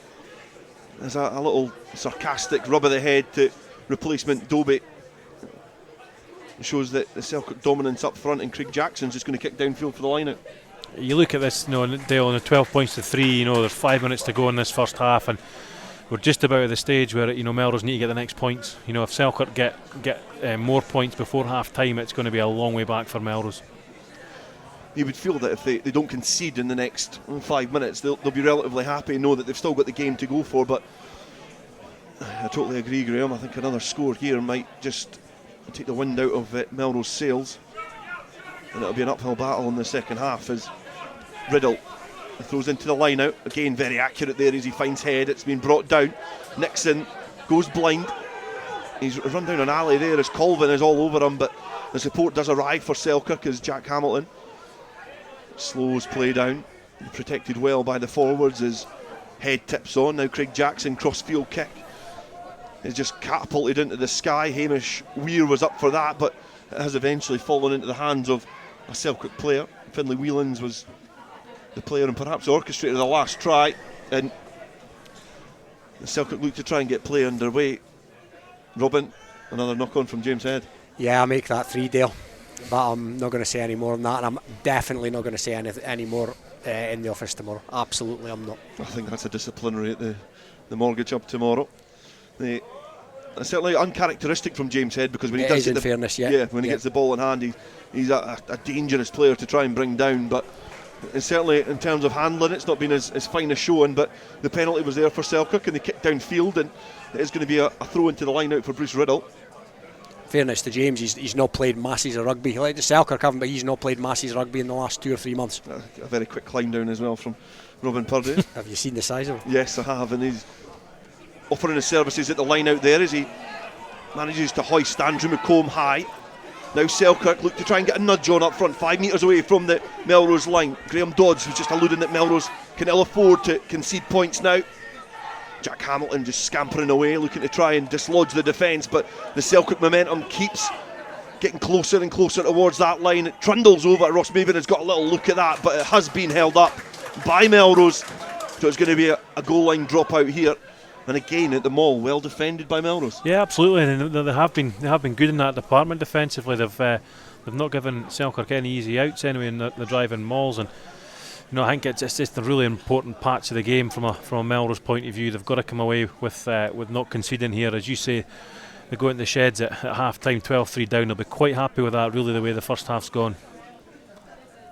Struan Hutchison inside his own goal area just drops the ball and kicks it downfield, but it looks like he's going to kick the ball out in the full. Ross Maben and just having a little conversation, and I think it's the obvious option here in terms of what they would aim for. Yeah, that's as uncharacteristic an error as you're ever likely to see from a hugely accomplished player. He'll be disappointed with that, Struan, and that's Selkirk back with the pressure on exactly where they want to be with a minute or so left in this half. Yeah, the illuminated clock at the scoreboard in the Sykes corner of Netherdale does show that we've got a minute left to play here. Luke Petty over to Ross Maben just to whisper a little something in his ear, perhaps just outlining a weakness in the Melrose front row. Selkirk certainly smell blood at the tail end of this first half, and they've got a great position to extend their lead and certainly cement their position as favourites going into the last 40 minutes here. Hamilton pops the ball in. Bruce Colvin remonstrating with the assistant referees as the scrum starts to crane forward.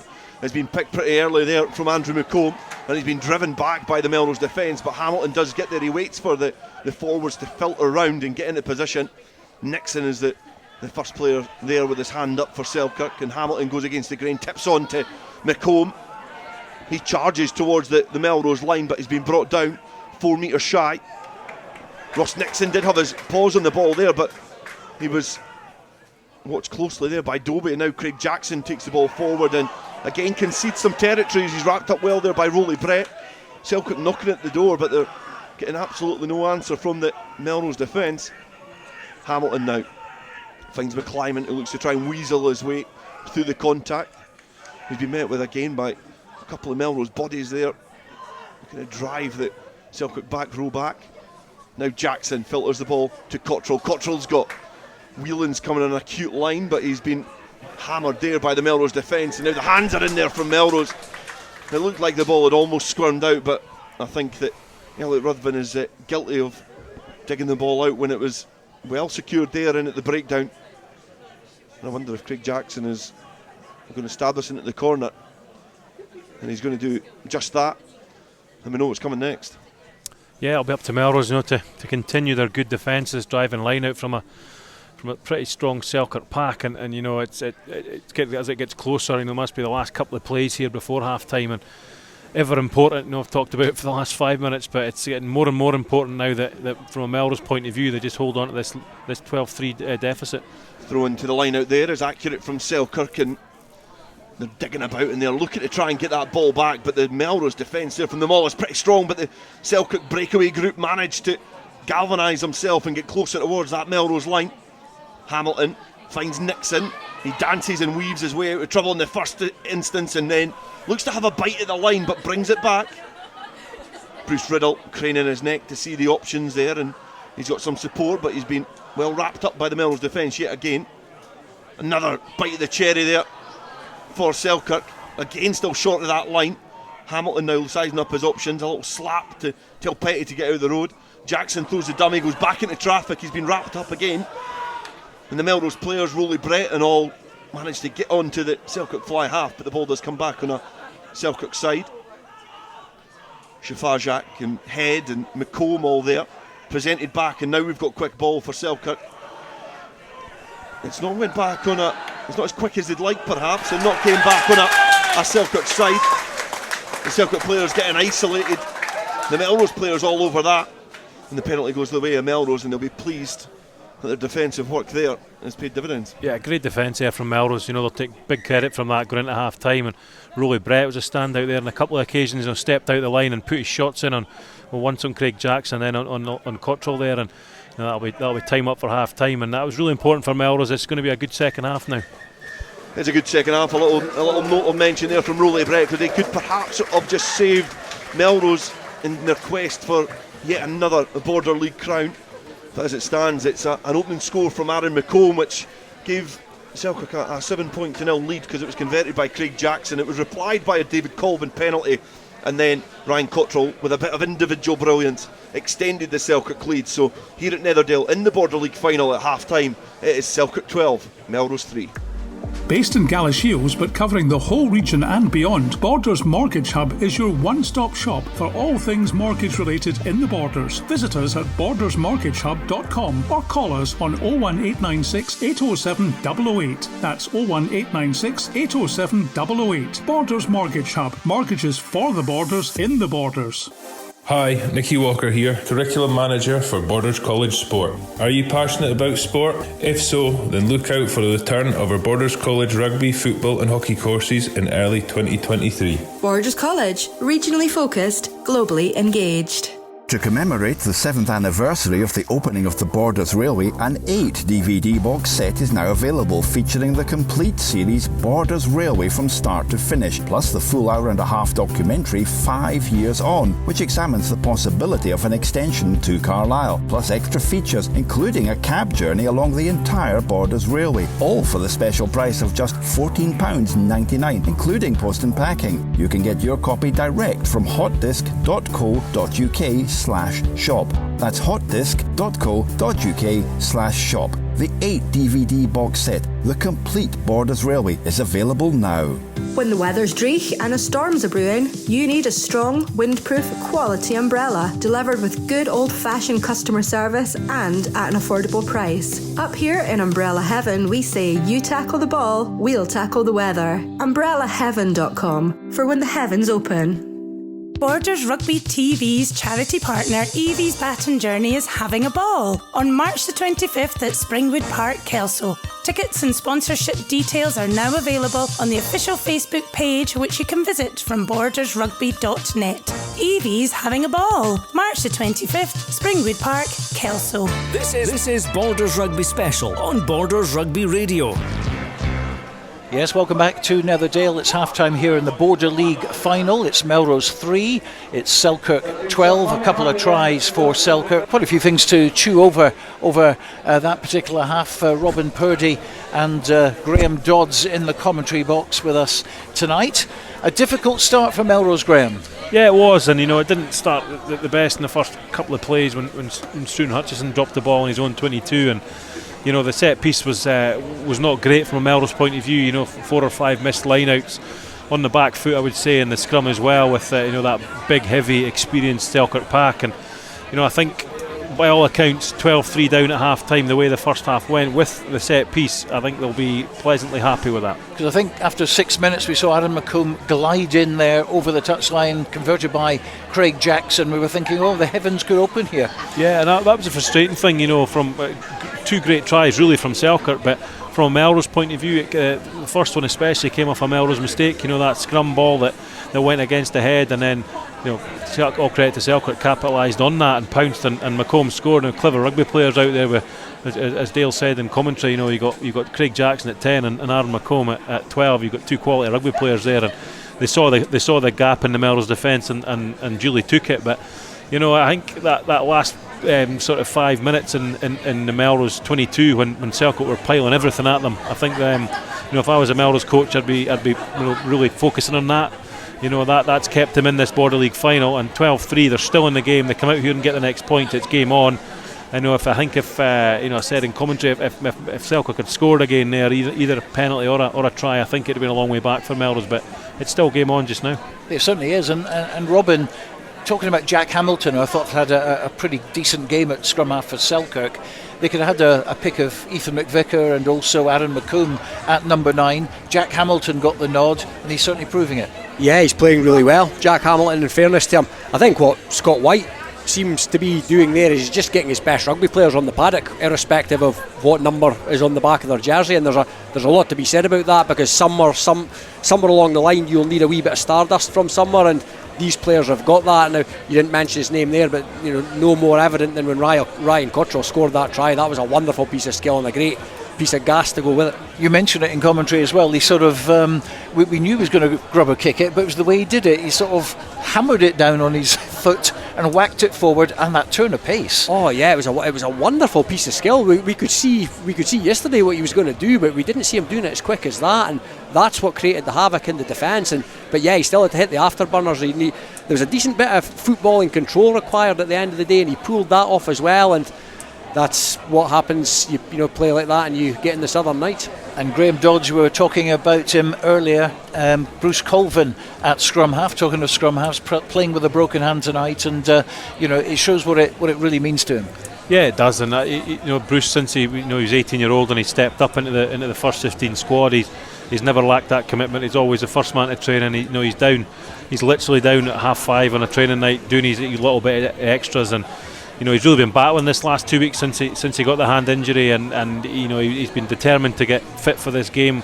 And you can see tonight, he stopped a driving maul, and he got absolutely blutered by Luke Petty there, but he'll still come out fighting in the second half. He really tries to epitomise what Melrose are about, really, that winning mentality, but he certainly leads from the front. Yes, blutered, by the way, if you're listening outside Scotland. Can you explain that one? Blutered means hit very hard. That's one way of putting it, certainly. So that's Bruce Colvin. That's the scrum house we've talked about. But Melrose really weathering the storm, because the first 20 minutes, Robin, they really were under the cosh, and credit to them for coming back, finally getting their way back into the 22 for the first time, I think, in about 20 minutes in the game, getting a David Colvin penalty, which was something which would have obviously settled their nerves, closed the gap a little bit to 4 points, but that's exactly what they needed at that time. Oh yeah, when Selkirk scored early, we spoke before the game about the fact that Melrose are in National 1 and Selkirk are the upper echelons of the Premiership. That could have been a floodgates job, and their line-out wasn't functioning particularly well, and they were going backwards in the scrum. They've done really well to dog their way back into this, and I agree wholeheartedly with what Graeme said. If they had let Selkirk slip through at the end of the half there, particularly for a try, then I'd have to put my hand on my heart there and say it's game over for me, but they didn't. They defended exceptionally well, and I think they'll have headed down that tunnel with their tails up, their dander up, and I think they'll be looking forward to coming back out in the second half and actually firing a few more shots. Well, we've spent quite a bit of time talking about the backs. What about the forwards? And that man, Zen Varjak, tremendous performance, playing for Poland yesterday afternoon, flies in, and he's done a power of work in that first half hour for Selkirk. Yeah, absolutely, and that's a very, very strong front row, that, with Petty, Riddle and the big Polish man in there, and just what an attitude. That's what you want as a coach. Whitey will be I'll be really chuffed with just this kind of attitude and commitment to the club. You know, he's been at the club all season, certainly didn't want to miss a final, you know, and he's got himself back here in time. And if you would never have known he'd played 80 minutes yesterday the way he's certainly scrummaging, maybe not seen him very much in the loose, but his set piece is as solid as always. It's an impressive front row, that Selkirk, isn't it? Bruce Riddle at hooker and Luke Petty, of course, co-captain at the other end of the scrum. Yeah, and you look at, you know, James Bett to come on, you know, he's a quality hooker as well and played, you know, well over 100 times for Selkirk, and you've got a guy like that on the bench, you know your front row is pretty strong. And Robin, you were talking about Scott White sort of juggling positions, and he's done that all season, hasn't he, trying to find the best fit, but the number one thing for him is getting the players on the park. Yeah, and as I said before, all credit to him, just get your best 15 boys on the park. I mean, there's Ross Nixon playing in the back rows, he's done it a number of times, a number of occasions this season. Get him in somewhere. He's an experienced campaigner, he's a quality player, and if he has to play 6 as opposed to 12 or 13, then great, just get him on the park. And Graham, you've played against Ross Nixon a few times as well.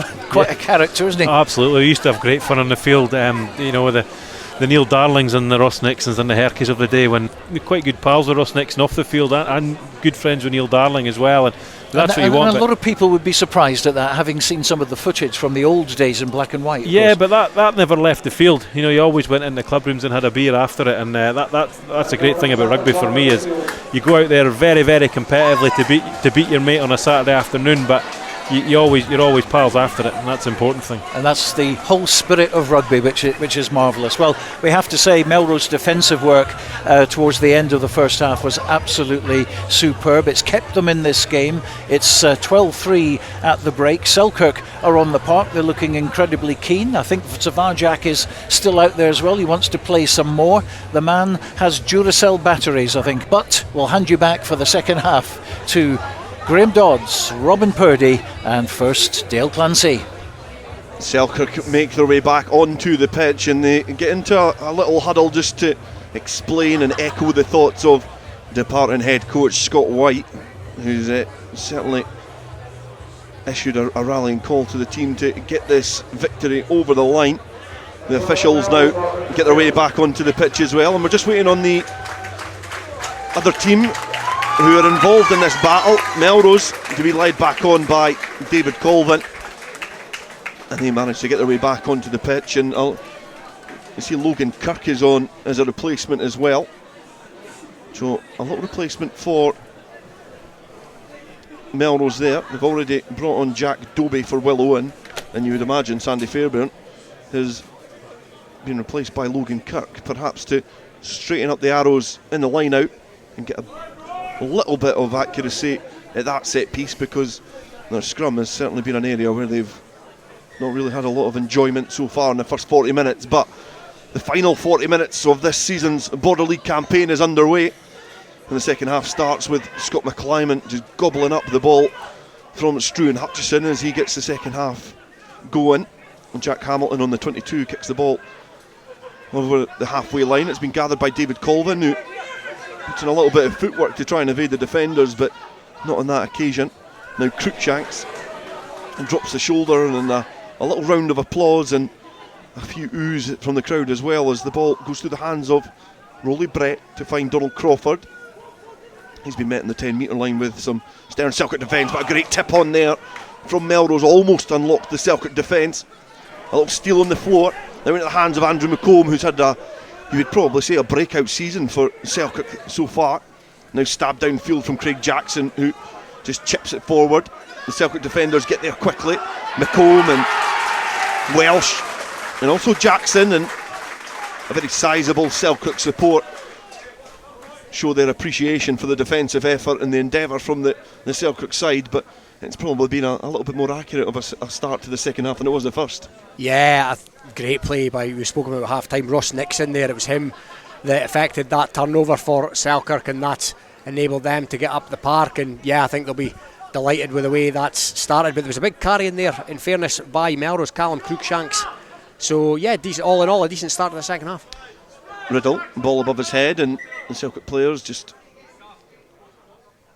stopped prematurely there by the referee, and a little lull and a hush comes over the crowd is it does look like there's going to be a replacement. I think Ross McConnell is going to be withdrawn, and Gavin Anderson is coming on for him. So there is going to be an enforced change for Melrose, as they've used 3 substitutions now. McConnell had a relatively good first half defensively, maybe not a lot with ball in hand, but now Selkirk trying to catapult the ball towards Scott McClymont, but he's just knocked the ball forward, the ball drifting behind him. And if I know Scott McClymont as well as I do, he'll certainly be telling the scrum half that was a very poor pass. Well, he definitely will tell him, Dale, absolutely. Just a wee word on Gav Anderson. He's a lad that's been rewarded in this Border League final for his standout performances for the Storm. You know, he's trains every single night, and he's a really committed lad, and he will tackle everything that moves. That's certainly the type of personnel that Melrose will be needing to rely on, and defensively they will be tested in this second half. They conceded 2 tries in the first half, one from Aaron McComb early on, and one from Ryan Cottrell towards the dying embers of the first half. So Melrose 3, Selkirk 12. We've played 3 minutes of the second half here, and Melrose finally have a bit of parity up front as the scrum charges forward, and it's a great kick under pressure from Struan Hutchison, and this could dribble out and it could be a 50-22, but Finlay Whelans is well back there. The under 20 age grade rep was back there covering up, and he's cleared from an acute angle, not able to get the ball away from his own 22, but that's good pressure, good play from Struan Hutchison. Yeah, a little bit more, composure there from Melrose, kicking at the right time, and that's exactly what they want, and a good scrum there as well, which stands them in good stead for the start of the second half. Try and get this set piece sorted. Here's Kirk with his first throw of the night as well. It goes to hand, so all in all a better start for Melrose in the set piece. Accurate from Logan Kirk, but the ball has been ripped by Selkirk, and physical defence there from Bruce Colvin. He just wraps up, and there's a knee coming in there as well from Bruce Riddle. And it certainly looked like it did catch Bruce Colvin on the back of the neck there. I'm sorry, I probably called that a little bit premature, but it did look like he went in with the intent to clear out, but perhaps just caught the Melrose scrum half on the back of the neck. No visual signs of any sort of long-lasting injury there. Melrose do still have the ball. Logan Kirk will be looking to try and build on his first accurate line out and hit the targets here. A little conversation with Jack Dobie before he throws the ball in. The Selkirk players all poised and ready to try and make a mess and spoil this line out. Head gets up, but he's not able to outstretch the Melrose players there.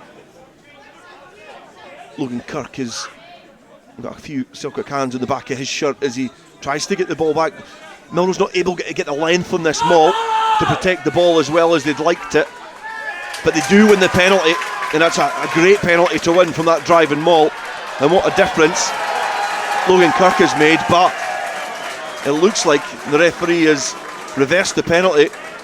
And is that for a bit of back chat? I don't know, I missed that, Dale. I was just watching how kind of scrappy the row and maul was there, and the ball, as you say, no length in it at all, no real control from a Melrose point of view. It was wider than it was long, and it's a difficult thing to control when you don't know exactly where your ball is there. And Melrose won the penalty, and obviously something went on, whether it was back chat. I think it must have been for it to be reversed as quick as that, and Mr. Maber in the middle wasn't very slow in coming forward. I think Bruce Colvin was certainly gesturing that he felt a little bit hard done by from the earlier thing that we did perhaps outline on commentary, but I think he feels even more hard done by because I feel he was at the nucleus of that penalty there. But now from this rolling maul, and certainly it seems to be boiling over and coming into life, this final, is the box kick downfield from Jack Hamilton inside his own half, kicks it just millimetres shy of the Melrose goal line, and it is almost looked like a brilliant 50-22. It's surely a Selkirk ball, is it not? I think the assistant referee is signalling that it's going to be a throw in to Melrose. I never expected it, so I wasn't really checking where in the park he kicked it from, but it was certainly an accurate kick from Jack Hamilton, and building on what was an impressive first half performance from the scrum half, who's managed to fight off a few players for the jersey. And all the necks now in the Netherdale stand are craned towards the Melrose goal line area as they throw into a defensive line out 5 metres from their own line. It's accurate there, they do win the penalty as well, so the pressure not being able to be put on there from Selkirk. Melrose will be able to clear their lines, but a great kick there from Jack Hamilton. Oh, it certainly was, and I'd like to see that one on the replay tomorrow to see if that was a 50-22, but great line-out throw by Kirk, who's come on for exactly that. I would have thought this second half, that's two that have been right on the money. Both teams seem to have come out the traps in the second half and are looking to play a little bit more rugby. It's been certainly a more entertaining spectacle in the opening 7 minutes of the second half than perhaps the first 40 were. Melrose do look a little bit more composed and perhaps still in the fight do have that belief that they can go on to win this. Perhaps that penalty would have narrowed the margins, but they're still going to have to come from behind to get themselves in a winning position in this final. That's another great line out there, hitting Will Ferry at the tail. Will Ferry, an impressive player in the back row for Melrose. Now Bruce Colvin looks to go blind, he managed to draw in the defenders, and now Hamish Weir is looking to try and break free from the Selkirk defence, but the physicality of Selkirk at the breakdown now comes forward. And Callum Cruikshanks is penalised for coming in at the side there, and Ross Mayburn is going to have a little word with some of the players, maybe just to calm players down slightly. It looks like the frustration is building in these two sides, and you think that it's going to come to a head at some point. Yeah, you've just got that feel about it, hasn't it? They're just starting to get a bit aggrieved with one another, and that's quite frankly exactly what I want to see. It's typical of a Borders derby, but it looks like it's going to be a reversal of the penalty yet again. So tit for tat there from Ross Mayburn as he gives the penalty back towards Melrose, and they're going to kick this downfield. But it does show that Mayburn's looking to try and keep a lid on it and control this game. Absolutely, he's obviously told them he's not accepting any back chat. Bruce Colvin got done for it 3 phases ago, and Craig Jackson's been done for it there. And all credit to the man in the middle. He's been consistent on that one. But it's just exactly what we're saying, Dale. We've got this, a fiery game. That's what we want. It means that much to the players. It means that much to both clubs, and you want a bit edge to it. Especially half an hour to go in this game, and there is that real edge to it. Melrose looking to add to their tally of 20 border leagues. They're not going to do it with that long line out which has been gathered by Bruce Riddle. Their first victory was 1910, 1911 season. Graeme Dodds was unavailable. And Selkirk now looking to try and kick the ball downfield, and it's ended up in the hands of Hamish Weir on the stand side here, and he manages to just escape in towards the Selkirk half, but the penalty again is going to go the way of Selkirk, and certainly a little bits of indiscipline coming into this game. It's getting scrappy again, but certainly Selkirk will be happy to get the ball back in their hand because they're struggling to get control back of this game. Yeah, he obviously Mabon's done the Melrose attacker there, for coming in for the side and taking James Head out on the side. But I'd like to see the game flow a little bit more. It is scrappy, and just let those little things go, and try and get some phases through for everybody to see. But I know he's there to do a job, but it's in the final just trying to let it flow a little bit more. It's certainly been stop-start. The conditions playing a little bit towards that. It's certainly still a mist above the Netherdale pitch as the rain perhaps subsides, but the moisture still lingering in the air as it's flat back there by James Head, and if that was meant, that's a beautiful bit of work from the second row. Handling was certainly not his forte in the first half, but he's lent a hand there as he's just tipped it on and now recycles himself into a position where he can carry forward. Hamilton passes to Jackson. He spots a little bit of space in behind Hamish Weir, having to scamper over towards the stand side to cover the field, but Craig Jackson kicking that out in the full. And these errors and these little unforced errors from Selkirk will allow Melrose back into the game. Yeah, and mistakes by experienced campaigners starting to come to the fore as well. It's a high pressure situation. It's a final at the end of the day, and yeah, Graham mentioned the fact it's a bit stop-start. Both the penalty count starting to rack up for both teams. That's 3 each in total so far in this second half, and for context, Selkirk only had 4 in the whole of the first half. Melrose only had 5, so just starting to rack up. Logan Kirk again to throw into the line out. He's certainly had an impact in this second half as Melrose look to set up that driving maul. Again, not able to get that length on it as James Head looks to try and swim his way through that maul. It's now being lumped into the air by Bruce Colvin. It's brilliant, and Hamish Weir is putting pressure on Josh Welsh, who makes a girdle of it. It's went back on the Melrose side, and now they've got the ball in the 22. Bruce Colvin now feeds the ball to Cruikshank. He's got Brown in support. He charges forward. He's been hoisted in the air but manages to ride the challenge as Colvin now finds Hutchison. He's going for the cross-field kick. There's now a chance for David Colvin to rise highest and get this ball, but it does bobble back onto a Selkirk side inside of their own 22. There's been a knock-on from Melrose, so Selkirk will have a slight advantage to play with here. Perhaps nothing that's going to be too beneficial to their approach to this game. It's now cleared from Hamilton over the halfway line. Bruce Colvin has got some support as he looks to try and stab it back downfield. He looks like he had a couple of options there and got caught in between them, and he looked to try and kick it down the line but not able to. But it's going to be a throw into the line out to Melrose just inside the Selkirk half, and it's starting to open up now and you feel like there's a mistake out there. No, definitely. And from looking from a forwards perspective, you'd be frustrated with both 10s. Jacko went for the territory gain there and kicked out in the full, and then when Melrose got a wee bit of ascendancy, Stuart Hutchison goes for the crossfield kick, which is always a bit of a 50-50. For me, you want to just try and build through the phases again. Tam Brown, a couple of good carries, and just keep the ball for a bit, and build right into it. But they're dead set on kicking it, the two 10s at this moment in time. They're kicking it, but yet not being able to kick it into the right areas. You feel they're kicking, just giving the ball away. They're not really doing anything in terms of winning territory. And Logan Kirk to throw into this line out, and I think he's perhaps still a yard towards the Melrose side. Good accuracy to hit the tail, and Cruikshank is there just to swallow the ball and protect it and charge it forward. Now the replacement, Gavin Anderson, pumps the legs and charges forward. An advantage coming the way of Melrose now as Bruce Colvin now intelligently looks to try and size up his options. It's in a good position as well, and that's where the experience comes in for the likes of Colvin, passing the ball to his brother David Colvin. But certainly the pair of them there, they know how to manage games and they know how to win.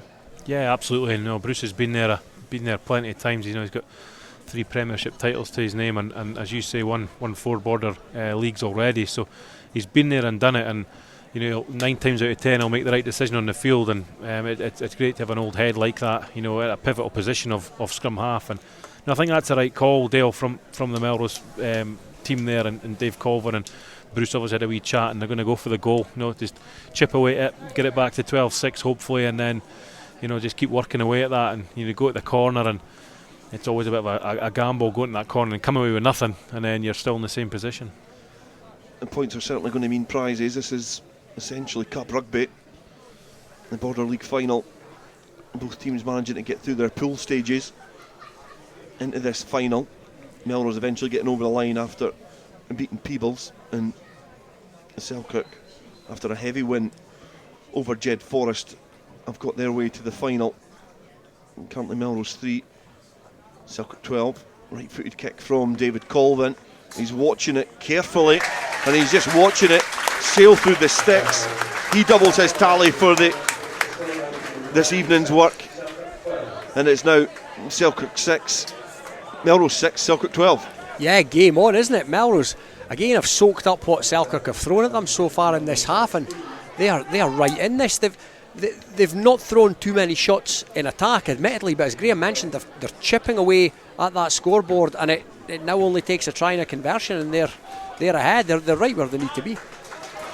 James Bett and Callum McIntosh coming on for Selkirk to replace Bruce Riddle and Shafar Jacques, who's almost played about 50 hours of rugby in the last couple of days, but he's been withdrawn from the play just now, and straight away from the kick-off downfield it's going to be a penalty to Selkirk, and they potentially can reply straight away with a pop at the post of their own, unless they want to try and stick it into the corner. But it's 6 points to 12. It's certainly it's anybody's game. It's as tight as you like in a final, and it would be a big throw into a line out for James Bett to try and lob the ball in for his first attempt. But I think Craig Jackson, from what Ross Maben is gesturing, is it's going to be a stab at the post. Yeah, that's a compliment to Melrose. Defensively, they've gone for the post. They had field position in similar positions where they had a penalty in the first half, and every time they opted to the corner, and getting into this kind of area of the field, and obviously timeline in the game as well. They've opted for the post just to chip away at their scoreboard as well, which Melrose will take confidence for that. Just on the stand side, 5 metres in from touch, Craig Jackson would like to reply straight away with a penalty attempt of his own.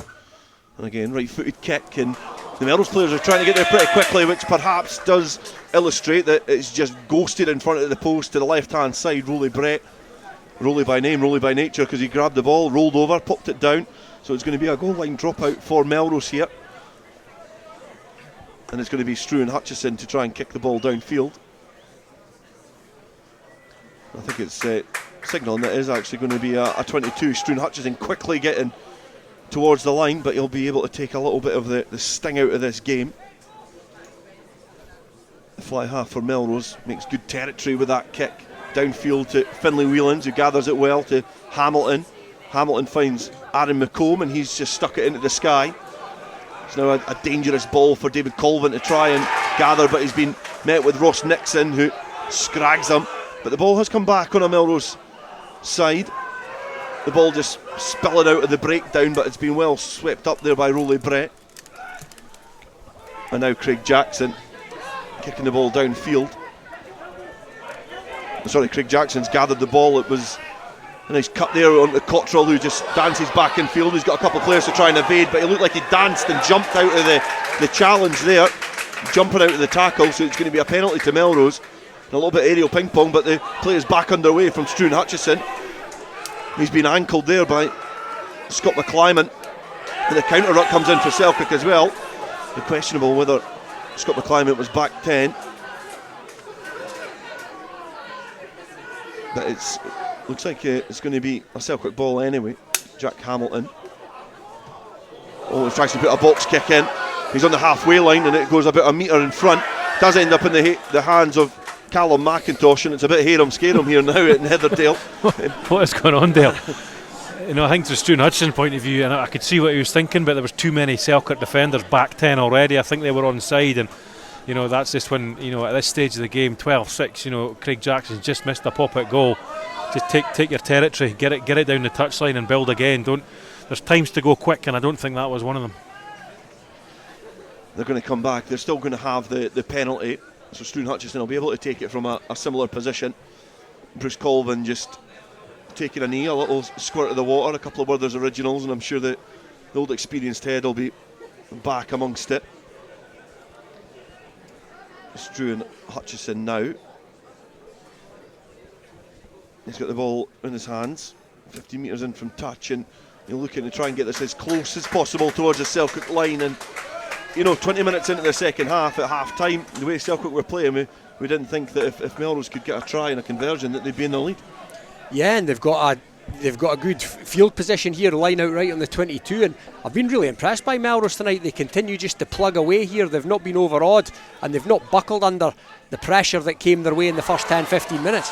But it's been wasted there at the line out because Logan Kirk has not been able to find his jumper, and it's went to the back, and Betts swept up, and it's a flat pass there from Jackson. It does eventually fall into the hands of Finlay Whelans, who's in there in support.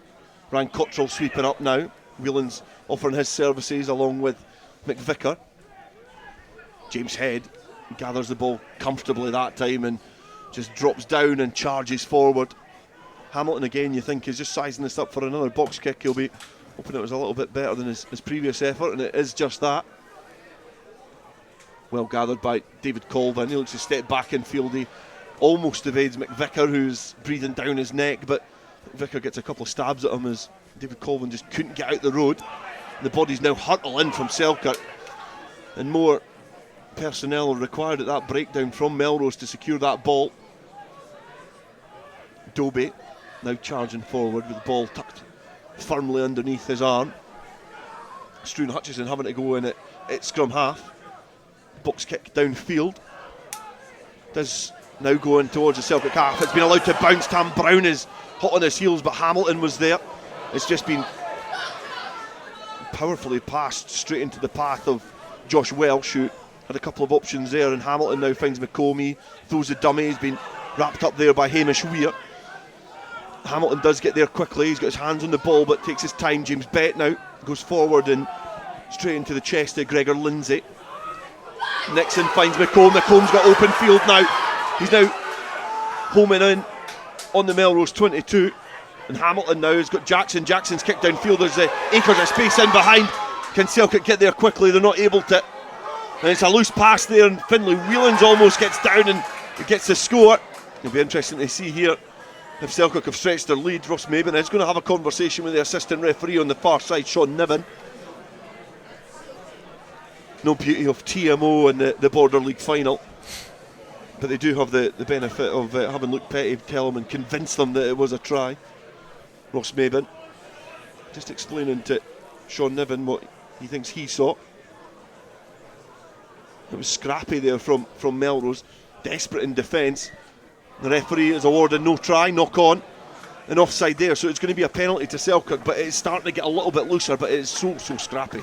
It is, it's turned immensely scrappy in the last 10 minutes or so. The penalty count racking up massively, but that was a good break there, up through the middle by Selkirk, and it's actually a goal line dropout to Melrose, a goal line dropout. It did look like he'd signalled offside, in fairness to Dale, but no, it's going to be a goal line dropout, and yeah, that's just the first little injection of quality in the last 10 or so minutes. Struan Hutchison now from his own goal line, kicking downfield, and he does make a great distance from his goal line. He does find Craig Jackson, who's just giving it to Ross Nixon, who's just waiting there just with that job to be the battering ram in towards the Melrose defence. Hamilton being signalled to go the other way, look to come towards the stand side. Not a lot of personnel this side on the stand, but a lot of players on the far side. Physical challenges coming in there from Melrose, probably just on the line of legality. Now Luke Petty certainly protecting that ball, and both arms on it as the penalty is going to come straight in front of the sticks. And you would imagine here, as close as it is, 24 minutes into this second half, not a lot left in this Border League final. Melrose 6, Selkirk 12, you'd imagine they'll go for the posts. Yeah, I would think so, 100%. Craig Jackson will have a pop at goal here to take it to 15-6, and give him that 9-point lead, and it's a long way back for Melrose from that point of view. But I touched on it, Dale, being really scrappy, and it has, and just a bounce of rugby ball, that really good box kick from Struan Hutchison in the middle of the field, and that bounced another way, that bounced into Melrose hand, and we could be a totally different end of the field. But as you say, Robin, a touch of class from McClymont making that break up the middle. That's just his little edges they've got. McClymont's been class all season for Selkirk, and proved it again there. Jackson with the penalty, and it looks like he's pulled that, and a sarcastic cry from the Melrose fans, who will certainly look forward to seeing one of their ex-players pull a penalty attempt. So 6 points, 8 points left out there from the boot of Craig Jackson, so their advantage could be that much more. Hutchison, right-footed kick downfield from the 22 this time, so it does go over the 10-metre line. Certainly knows his distances with that boot. Little kick downfield. Craig Jackson looked to try and gather his own kick, but did eventually able to get a flailing arm to stop a counter-attack from Melrose. A pivot there, and has been wrapped up there. Gavin Anderson has been wrapped up by the replacement Callum McIntosh, who's back in Selkirk colours after time in North America. Hutchison right-footed kick downfield, and he's spotted some space in between Whelans and Hamilton. Whelans is going to go it alone. He's spotted a little bit of space there, but Bruce Colvin has filled it pretty quickly. A good kick downfield, but I think the scrum half's perhaps got an injury in the act to doing the attacking kick downfield. A little bit of cramp perhaps coming on for Bruce Colvin. Jack Hamilton returned the kick, but it's only just went outside the 22, and again the experience, the awareness and the spatial awareness from Colvin to cover the space and kick downfield. Excellent play by Colvin. Yeah, used all his experience there, and that's a big territorial gain for Melrose. I'm just starting to think, Dale, there's a lot of similarities between this game and last year's Border League final, where Hoyk just could not put Selkirk away, Hoyk just could not put Kelso away rather, and Kelso just pegged their way back into it. And similar feel here. The throw into the line out again, not accurate enough there from Melrose. It ended up in the hands of a Melrose player, but it bobbled off the back of a head as he looked to try and get it into the body of the maul, and then ricocheted and went forward. So Ross Mabin is now signalling that it's going to be a put into the scrum to Melrose to Selkirk, on their own 22 on the 15-metre line. And it's you do wonder at this stage in the game, with about 14 minutes to go, if the set piece for Melrose was a bit more accurate, how this game could be. Yeah, it's really frustrating from the coaches will be pulling their hair out down there in the dugout. You know, Logan Kirk's got the line out going pretty well, and you know, just Gregor Lindsay there's got to bring the ball down quicker and protect that ball. You know, the holy grail of that ball, the possession of that ball is all important, especially at this stage of a game, and to get caught up top with it there, and James Head, using all his experience, you know, we've given James a hard time because we know him well up here, but we've given him a hard time, but he's been really, really streetwise all over the field, and those little things, you know, that's just experience. You know, he's played at a good level, obviously, consistently for the Knights, and all that was just pure experience there. He got his hand in the right place at the right time. There's certainly been a couple of examples of really good defensive play at the Mauls. For two teams that attacking wise are great exponents of the drive and maul when they've got in the attacking areas, not been able to really utilise that much in this fixture, but it is certainly an opportunity for both these teams to add to their tally of Border League titles. Melrose on 20, they're last in the 2018-19 season where they beat Hawick, and Selkirk, they've got 6 so far under their belt, their first one in the 1934-35 season, and also in 2009-2010, and they're in the driving seat just now, and they get the penalty at the scrum. They currently got a 6 points to 12 advantage with about 13 minutes to go. It's certainly a precarious advantage for the Philip Hawke side, because a converted score can nudge the Green Yards men just in front. The kick down field there from Craig Jackson takes place just in front of us on the halfway line, and with 12 minutes go, we did say before kick-off we wanted to see an even contest. We wanted to see a good game of rugby. It's perhaps not been a good game of rugby, but it's been an even contest. Yeah, and it's been a great competition. You know, there's been quite a lot of mistakes, especially in the second half. It's been really, really scrappy, but it's two teams going hammer and tongs, and both teams want to, you know, in 20 minutes' time be lifting that cup, and that's been very apparent with the commitment that's been shown. Good line out from Bett. He does manage to find McComb, and it's been brought down, and it's separated and then rejoined and splintered and collapsed in the end, and Ross Maben is looking at that, and again the defensive work at the Maul comes up trumps, and Melrose this time defensively are really, really astute up front. Yeah, astute, dogged, full of heart. It's been a great defensive dogfight, if you like, from Melrose throughout this game, when it looked like it could have been a capitulation after the concession of the early score, but they've dug in, they've hung in, and again, as I said before, they're right in this deal. Connor Ward, another player with no number on his back, is going to replace what looked like Andrew Cochrane. He's come off. So a replacement in the second row. Connor Ward, the electrician from Selkirk, a lecturer at Edinburgh College, will be coming on to get some more first team experience. It's something that he's been immersed in so far in this campaign. And Bruce Colvin will pop the ball into the scrum, and again it's just went to ground, and the celebration there from the scrum half at the back shows how much it certainly means to him to get another Border League crown underneath his belt. The penalty goes away at Melrose, and with 10 minutes to go, Struan Hutchison's going to just try and nudge this into the Selkirk 22. They'll look to get their arrows right and put a little bit of pressure on Selkirk. Yeah, just, you know, ask questions of the Selkirk defence, because really from a set piece we've not really asked any questions yet. You know, there's always been a squint throw or a little knock on, a little fumble here, and we're never really, you know, from a Melrose point of view, gone through any real phases in that 22 defensively for Selkirk, and Melrose just need to get the ball, keep it for a bit, and test the Selkirk defence in the second half.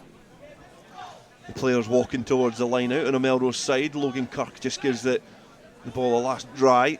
He throws it to the line out, and it's been quicker brought down this time, and they've got the length on them all, and they've got head of steam. It's going over towards the 22 metre line, and it's going at head of steam. It's made about 10-15 yards now, Melrose. It's been brought to ground. The advantage coming for Melrose. Ross Maben he's not got an itchy hip anyway. He's going to his pocket. It'll be interesting to see who's going to give the yellow card to. Is it going to be Scott McClyman? He is going to probably spend the rest of this Border League final in the bin. Selkirk down to 14 men, and that is a very big yellow card. It's a massive yellow card. He's been one of their top performers tonight, and in what is going to be a tense last 9 or 10 minutes, he's going to spend it on the sidelines, and it's been kicked into the corner, and Melrose are just inching towards that Selkirk line. If you don't know much about rugby, they just made 20 metres from a driving line out. You would think it's a foregone conclusion that they're going to drive and rumble their way over from here, but it seldom happens in rugby. What we'll see here is Logan Kirk throws into the front. It's been spoiled there as Selkirk get up and try and make a mess of it. It does come back on a Selkirk side as Callum McIntosh is fighting in there to bring the ball back. Jack Hamilton has now got it under control as he just positions it at the back of that set piece, the back of that breakdown, to kick it downfield. Hamish Weir gathers the box kick. He looks to try and find a little gap in the defence, but he's been well wrapped up by Josh Welch, who's been a quiet customer in this game, but certainly defensively shown great intent there. Ferry carries forward. Bruce Colvin has got Melrose into a great position now in this final. Struan Hutchison finds Brett now, gives it to Donald Crawford. Donald Crawford's got an overlap on the far side, evades the first defender, but he's been dragged down eventually. Selkirk do bring the player down, player not releasing as well. The party has been penalised there. Donald Crawford, it did show you the pace and how quickly he got away from the supporting players. Selkirk there quickly to suffocate the ball, get the penalty, and another opportunity passes Melrose by.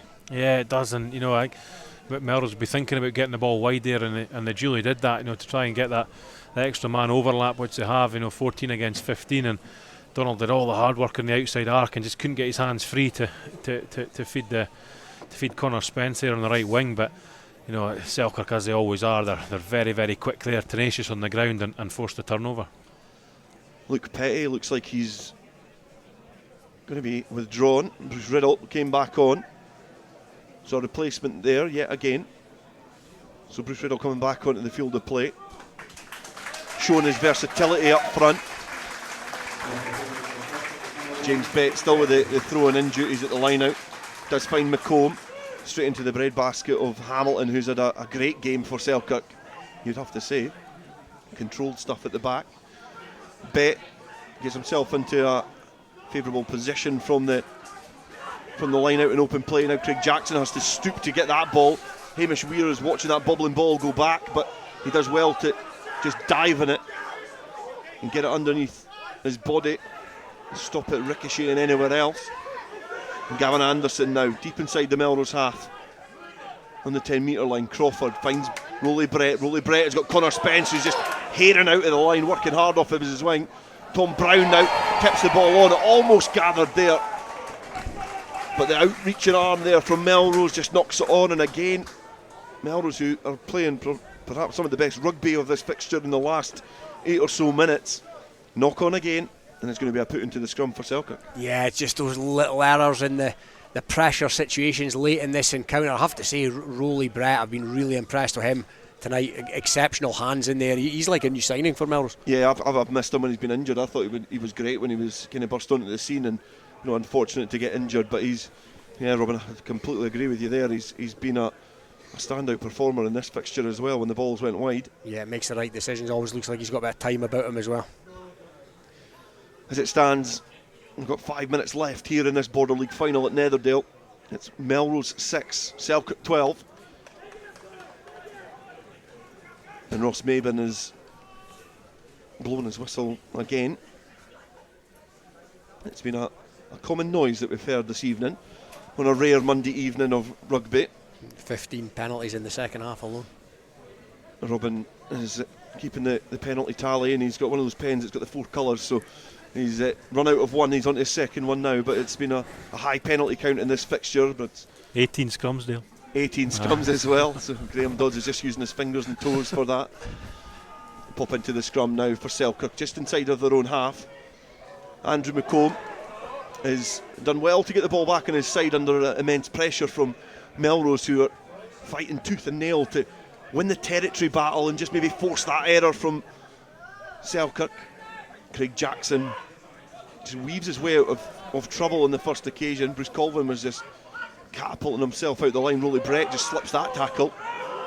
Selkirk up towards their own 10-metre line. Hamilton finds McComb. McComb's got some support from Cottrell, who runs that acute line back into the shoulder of Hamish Weir, who's having to dig in from his wing and defend that area well.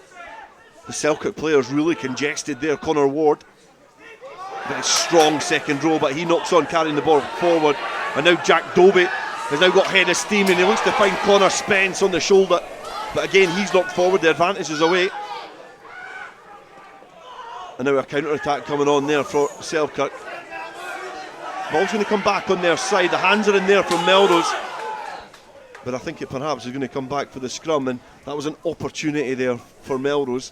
I think we've been saying that in the last few minutes. There's been an opportunity for Melrose just not being able to get that ball or just keep the ball in their possession. Yeah, I think if Jack Dobie had given it a little bit quicker, feed the speed, as they say, give it to the outside backs a wee bit quicker there and let them do something. To be fair, if Connor Spence had held the pass, would have been, or I'd have been singing his praises just for that little slip pass at the end there. But I'd like to see the prop give him a wee bit earlier there and see what they can do. But any one of those sticks, and Melrose have got a real chance of scoring a try. But unfortunately, just so far it's just not been their night. And Connor Spence was hairing off of his wing to gather that ball, and you would argue in a splintered and dogged defence that he'd have been a hard man to stop from that sort of range. 3 minutes left here at Netherdale. Melrose 6, Selkirk 12. It's been a more entertaining second half as Aaron McComb looks to kick the ball downfield, and he's tiptoeing and precariously watching that one go out in the full. And another mistake comes in for Selkirk, and they've gifted the ball back to Melrose, and it's going to be a throw into the line out, and it should be inside the Selkirk half, but it is just on the halfway line. Yeah, and if the line-out was Melrose Achilles heel, it's certainly earlier in this game, then kicking out the full has been Selkirk's Achilles heel. I think that's 3 or 4 now, a couple for Jackson, one there for McComb, so they're just gifting possession back to Melrose late in this game, and they're just going to have to trust their 14-man defence from here. Scott McClyman, who is a very important cog in the wheel of the defence, as a replacement has been made for Melrose. Another player has been withdrawn. Tam Brown has come off. Accurate line out there. Celtic don't compete, but Colvin gets the ball to Hutchison. Hutchison finds Brett. Brett's range of passing does find Crawford. Crawford's got David Colvin, who just kicks it downfield. It's an awkward ball to try and gather, but it's been well gathered on that far side. It's been returned downfield, and Rolly Brett now. The scrum cap on his head. It was almost going to gather that, but it has went back. Rolly Brett even thought it went forward, but Donald Crawford is now breaking free from inside his own half. Ross Maben did gesture that it went back, and Rolly Brett did believe it went forward. So the players now bundle in there from Selkirk. A couple minutes left in this final. Jack Hamilton has got the ball under his spell. And Finlay Whelans was the player that got the ball away from the breakdown. Hamilton finds McComb. McComb goes it alone. He's slightly isolated there if the Melrose players can get their hands in amongst it. Not able to, as Hamilton does get to the breakdown. They miss out Ward, and they do find McIntosh, and he twists once and then twists again. Tries to make himself as awkward as possible to tackle as Jackson looks to just get the ball on the wrong side of Crawford, but it is eventually dribbled out off the field of play. It's going to be a throw in the line out to Melrose. They look to go quickly, but Ross Maben's going to bring that back, and it's going to be a breathless finish here at Netherdale. Certainly seems to be that way, Dale, and I'd like to maybe have a game of poker against Rolly Brett there, because he did not disguise the fact that he couldn't disguise the fact that he'd knocked that on for me, but the referee let it slide, and it all just got a bit harum scarum there as the clock ticks down. But yeah, it's been absorbing.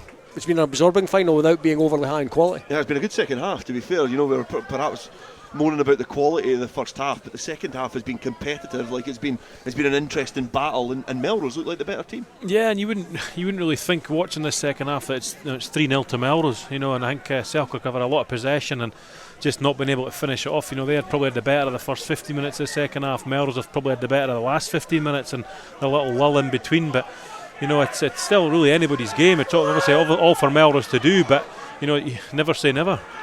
Melrose with the ball in hand, and Hutchison has found a little gap in the defence, and he's over the 10-metre line inside his own half. It's now found at Anderson, eventually into the hands of Brett, and he evades the first few challenges, and he's a stocky character and an awkward player to try and bring down. He charges forward and now into the hands of Donald Crawford. He's found Will Ferry, who's got his knees up and looking for some territory. Colvin gets there. It's now in the hands of Cruikshanks, and he bounces off the first challenge, but at the second attempt he's driven back, and now a little war of attrition inside that breakdown. Colvin gets the ball away, almost a tip on there, and the referee is signalling that there's an accidental obstruction there. Ross Maben is signalling that there's going to be a scrum, a celebration from the Selkirk bench, but although the yellow clock does show that it's 41 minutes 26 seconds here at Netherdale. There is going to be time for the set piece, and it's a last chance for Melrose to get the nudge on. Yeah, absolutely. I know this is the last chance here at this scrum, and I think from a Melrose point of view, they're really encouraged with the way they've played, their commitment and attitude to this game, and they've been dogged, and they've really tried hard, and there's certainly not been that lack of want for this Border League title, but the accuracy hasn't been there really from both sides, if we're being honest. It's certainly at key points in the game, or after the little half breaks, there's that final pass has really let them down. But it's been a great battle, and a typical Border derby, really, hasn't it? Yeah, low scoring, physical, a little bit tetchy at times, but it's still going down to the last play here. Ross Maben is just going to have another conversation with the front rows, as we are certainly in the last rolls of the dice for either side. It's certainly Melrose who are having to chase it. Selkirk have not been startling in the second half, but they'll just want to get over that line, so the history books show that they've got their 7th Border League title. Ross Maben just at the adjacent to the scrum halves on the other side of the tunnel. The two scrums come together, and an eerie hush comes over Netherdale. The nervy supporters as the nudge does come on from Melrose. The ball is at the back of that scrum, and it's been well gathered there. The hands are in from Melrose. Ross Maben is going to have a right good look at this, but it has went to Jack Hamilton. Craig Jackson kicks the ball off the field of play, and the roar that you can hear from the supporters is from the Selkirk fans, and they get over the line eventually here at Netherdale. It finishes Melrose 6, Selkirk 12. It was definitely by no means or any stretch of the imagination a classic, but Selkirk will care not a jot because they've got the Border League trophy in the trophy cabinet now, a title that they've not had for about 13 years. Their last victory in 2009-2010, and they did it the hard way. They had to work really hard. Melrose in the second half, perhaps the better of the two sides, but just not able to be accurate enough in the first half, you would say. Yeah, I would, and we said it just before half time. The game was almost away from Melrose, and all credit to them. They probably got a bit of a rollicking and a bit of rally at half time from the coaches to say, look, we're not far away for this. We're 12-3, and all credit to them. They came out, they won the second half 3-0, but as we say, it's cup final rugby, and it doesn't matter what the score is, 3-0 or 33-0. It's a victory for Selkirk, and well done to them. The world famous Border League trophy is just being positioned on the presentation table at the front of the stand here, and it's a sore one because Selkirk are just walking by it. You can see that they're obviously looking towards getting their hands on that trophy. Melrose are positioned quite far away from it, but they were almost there. It was a game that was finely poised. We spoke about it in the first half in terms of the difference in level of these two teams, but in games like tonight, it just was not evident at all. Yeah, I think there was as much relief in at that final whistle than elation from Selkirk's point of view. Both teams really went at each other. Selkirk leave with the spoils. They done enough. They had to dig in against a dogged Melrose team, but fair play to Melrose as well. They made it a lot closer, and they put up a much better fist of it than I thought they would, so fair play to them. And the game essentially was won in the first half, Robin, wasn't it?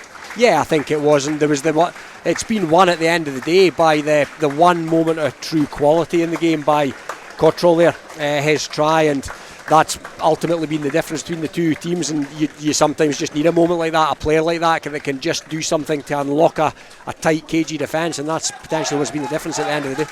Melrose just being clapped down the tunnel and applauded by the victors in this battle. Obviously 6 points to 12, and Melrose for so long, Graham, they've dined at the top table of Scottish Club Rugby. They've won everything there is to win.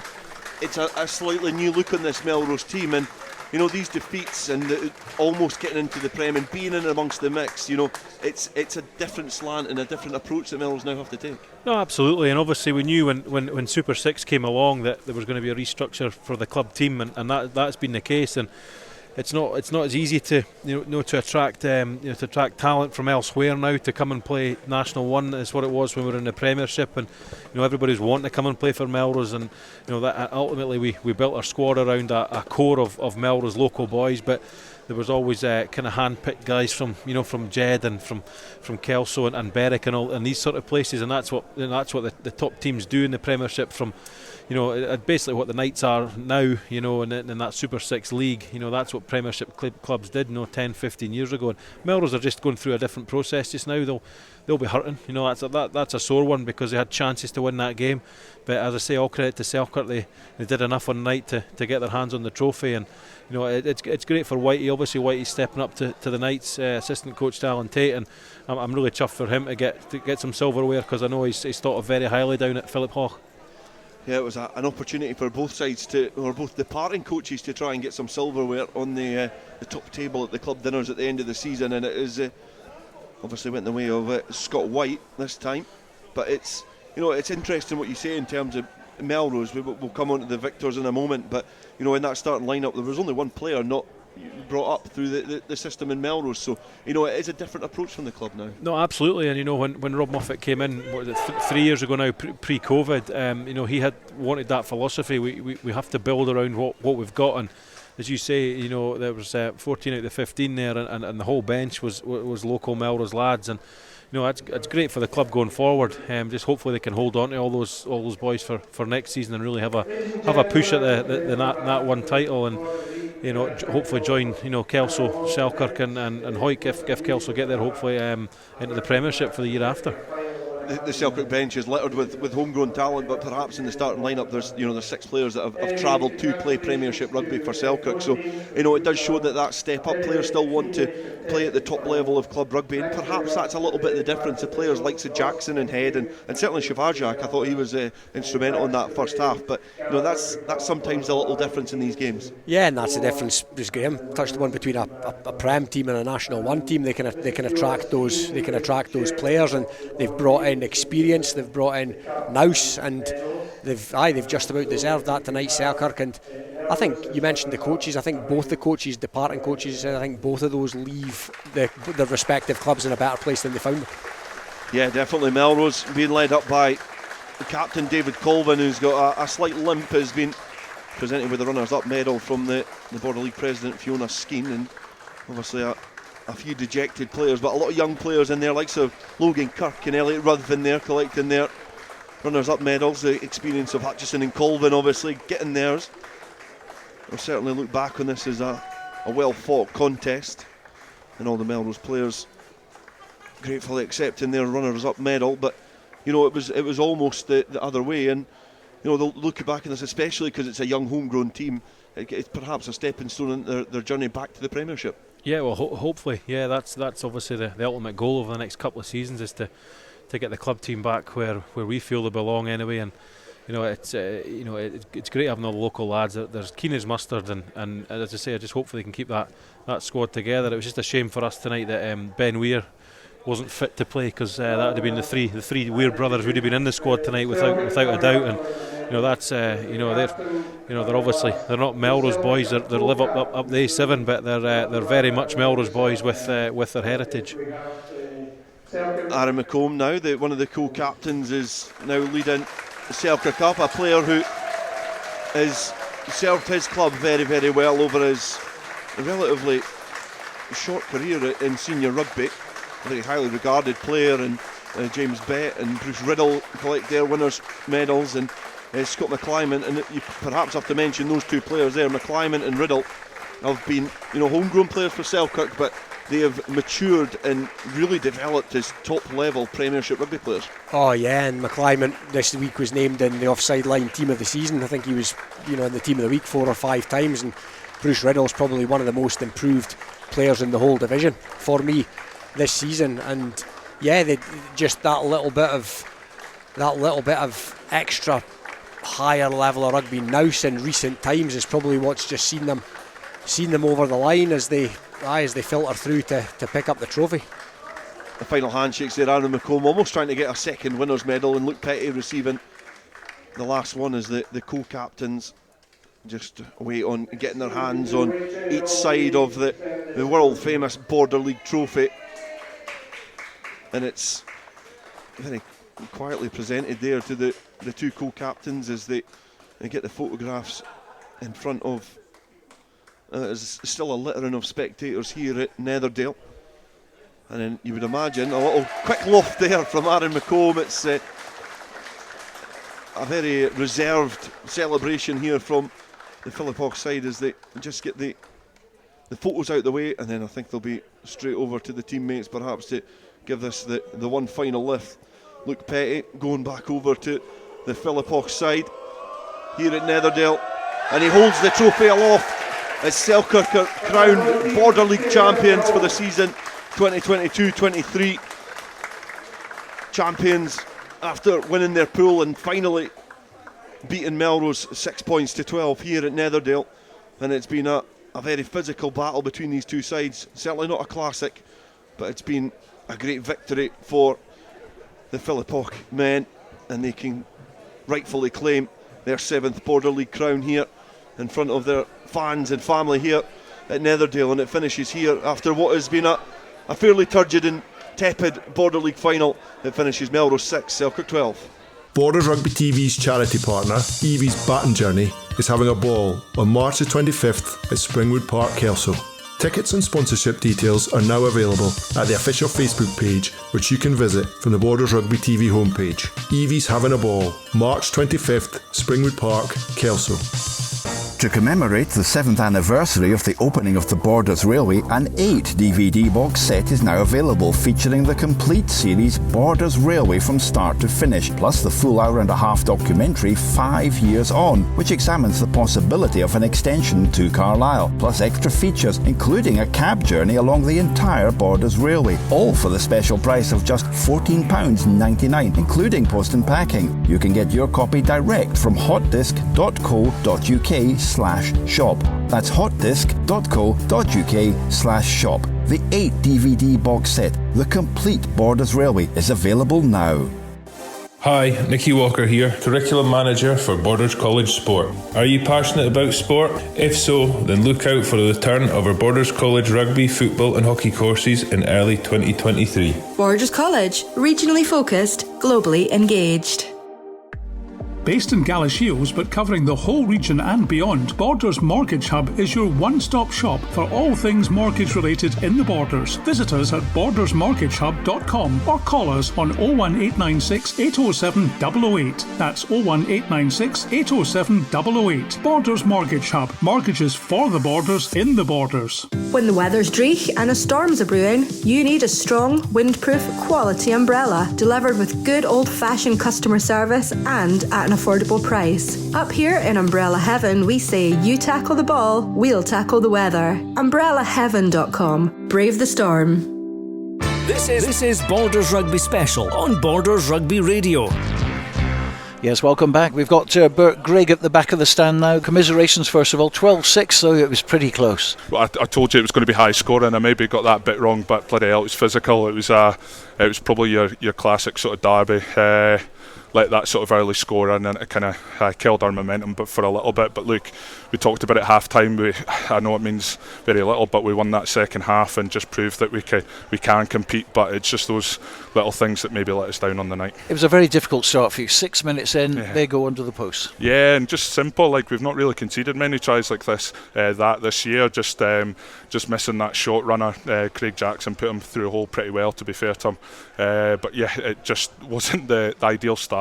An amazing try for Ryan Cottrell as well. That was really outstanding tonight. Yeah. Look, if that's what wins them the game, then that's a good bit of rugby to win them the game. I think just from us around our kick chase there could have been a little bit better and could have snuffed that out. But look, full credit to Ryan for finishing it, that's for sure. And they really had a chance to step on from then. I mean, there was that moment, but sort of 10 minutes before the half time, and Melrose defended like their lives depended on it, and really put you in for a real good chance in the second half. Yeah, I hope you've not caught me behind the post going a bit daft at times with it, but we talked about that at half time and wanted to use it as a real momentum shift, and look, we definitely seen that in the second half. For us, it was about getting our set piece right. We never gave the backs an opportunity to play, and look, when we got our maul right, you seen how much damage we could do. I thought we were outstanding in our maul defence tonight. The forwards really stuck in there. I think we got a bit more parity in the scrum in the second half, but yeah, look, it was just those little things, a couple of crucial times, couple of overthrows, couple of miss transfers to our plus ones, and that killed us. Typical border derby. I think it was pretty low scoring affair in the end, very scrappy as well, but two abiding things for me, obviously the Cottrell try, but that driving maul from Melrose. 20 metres back to force that penalty was outstanding. Yeah, no, definitely. I was behind the far post, but even I could see it going forward, and that was good to see. And look at it again; it just proves when we get it right, we can certainly we can bring that physicality up front. So plenty of encouragement to take away from that. Yeah, definitely. Look, it's a young squad as well, like a good bit of experience. We talked about it before the game. We wanted to be able to say that we can compete with the top end of the Premiership, and I don't think anyone can deny that tonight. And we've got Curry again on Saturday in the Scottish Cup, again a different challenge, and we've just got to bring our A game again. Well, thanks very much indeed for talking to us. Always difficult after a defeat, but the boys played well. Yeah, no, exactly. Thank you. Cheers. Thank you very much indeed to Bert Grigg. We're going to bring in the winning co-captain here, Luke Petty. First of all, congratulations, Luke. Aye, absolutely. You look shattered. 3 weeks ago, we wouldn't have got the bounce of the ball. We would have been on the receiving end of defeat, and credit to the boys. We stuck in right to the 80th minute there. And what does that mean to you and to the club?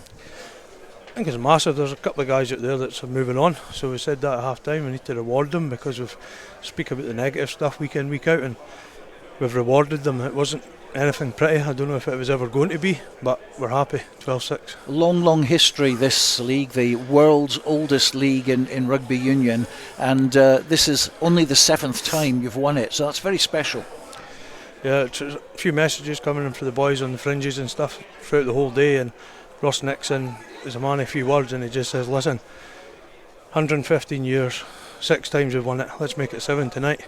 And a lot of boys just proved we've got a bit of character, and we follow Ross. He's a Selkirk stalwart. I've said that time and time again. And yourself in the front row with Bruce Riddle and that man Vizarczyk. He was playing for Poland yesterday, he's playing for Selkirk tonight, played most of the game. I certainly couldn't do it. I couldn't play a game tomorrow.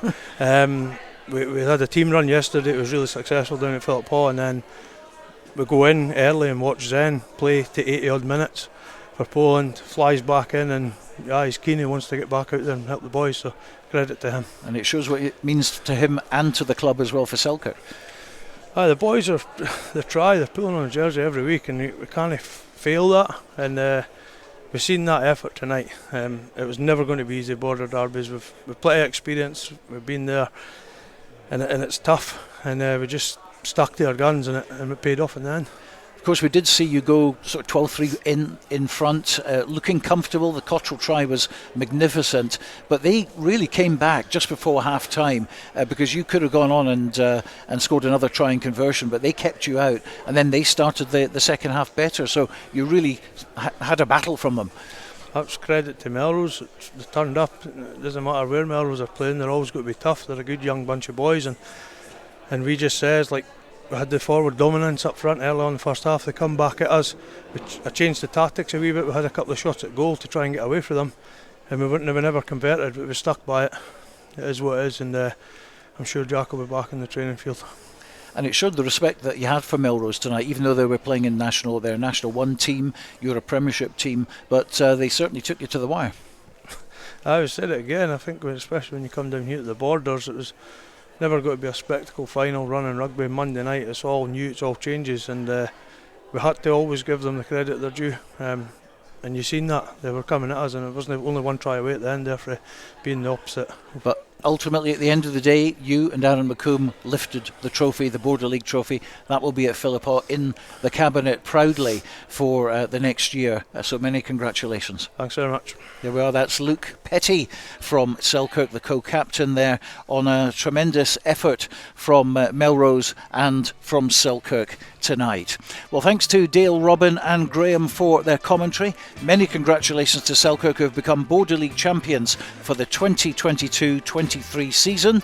Hope you've enjoyed our coverage on Borders Rugby Radio tonight. We'll be back on Saturday at 2 o'clock with full commentary of Selkirk against Musselburgh in the Scottish Cup quarter-finals, live from Philiphaugh, and also our reporters will be out and about keeping an eye on Hawick, Melrose and Kelso. But for now, from me and the team, thanks for listening. Bye for now.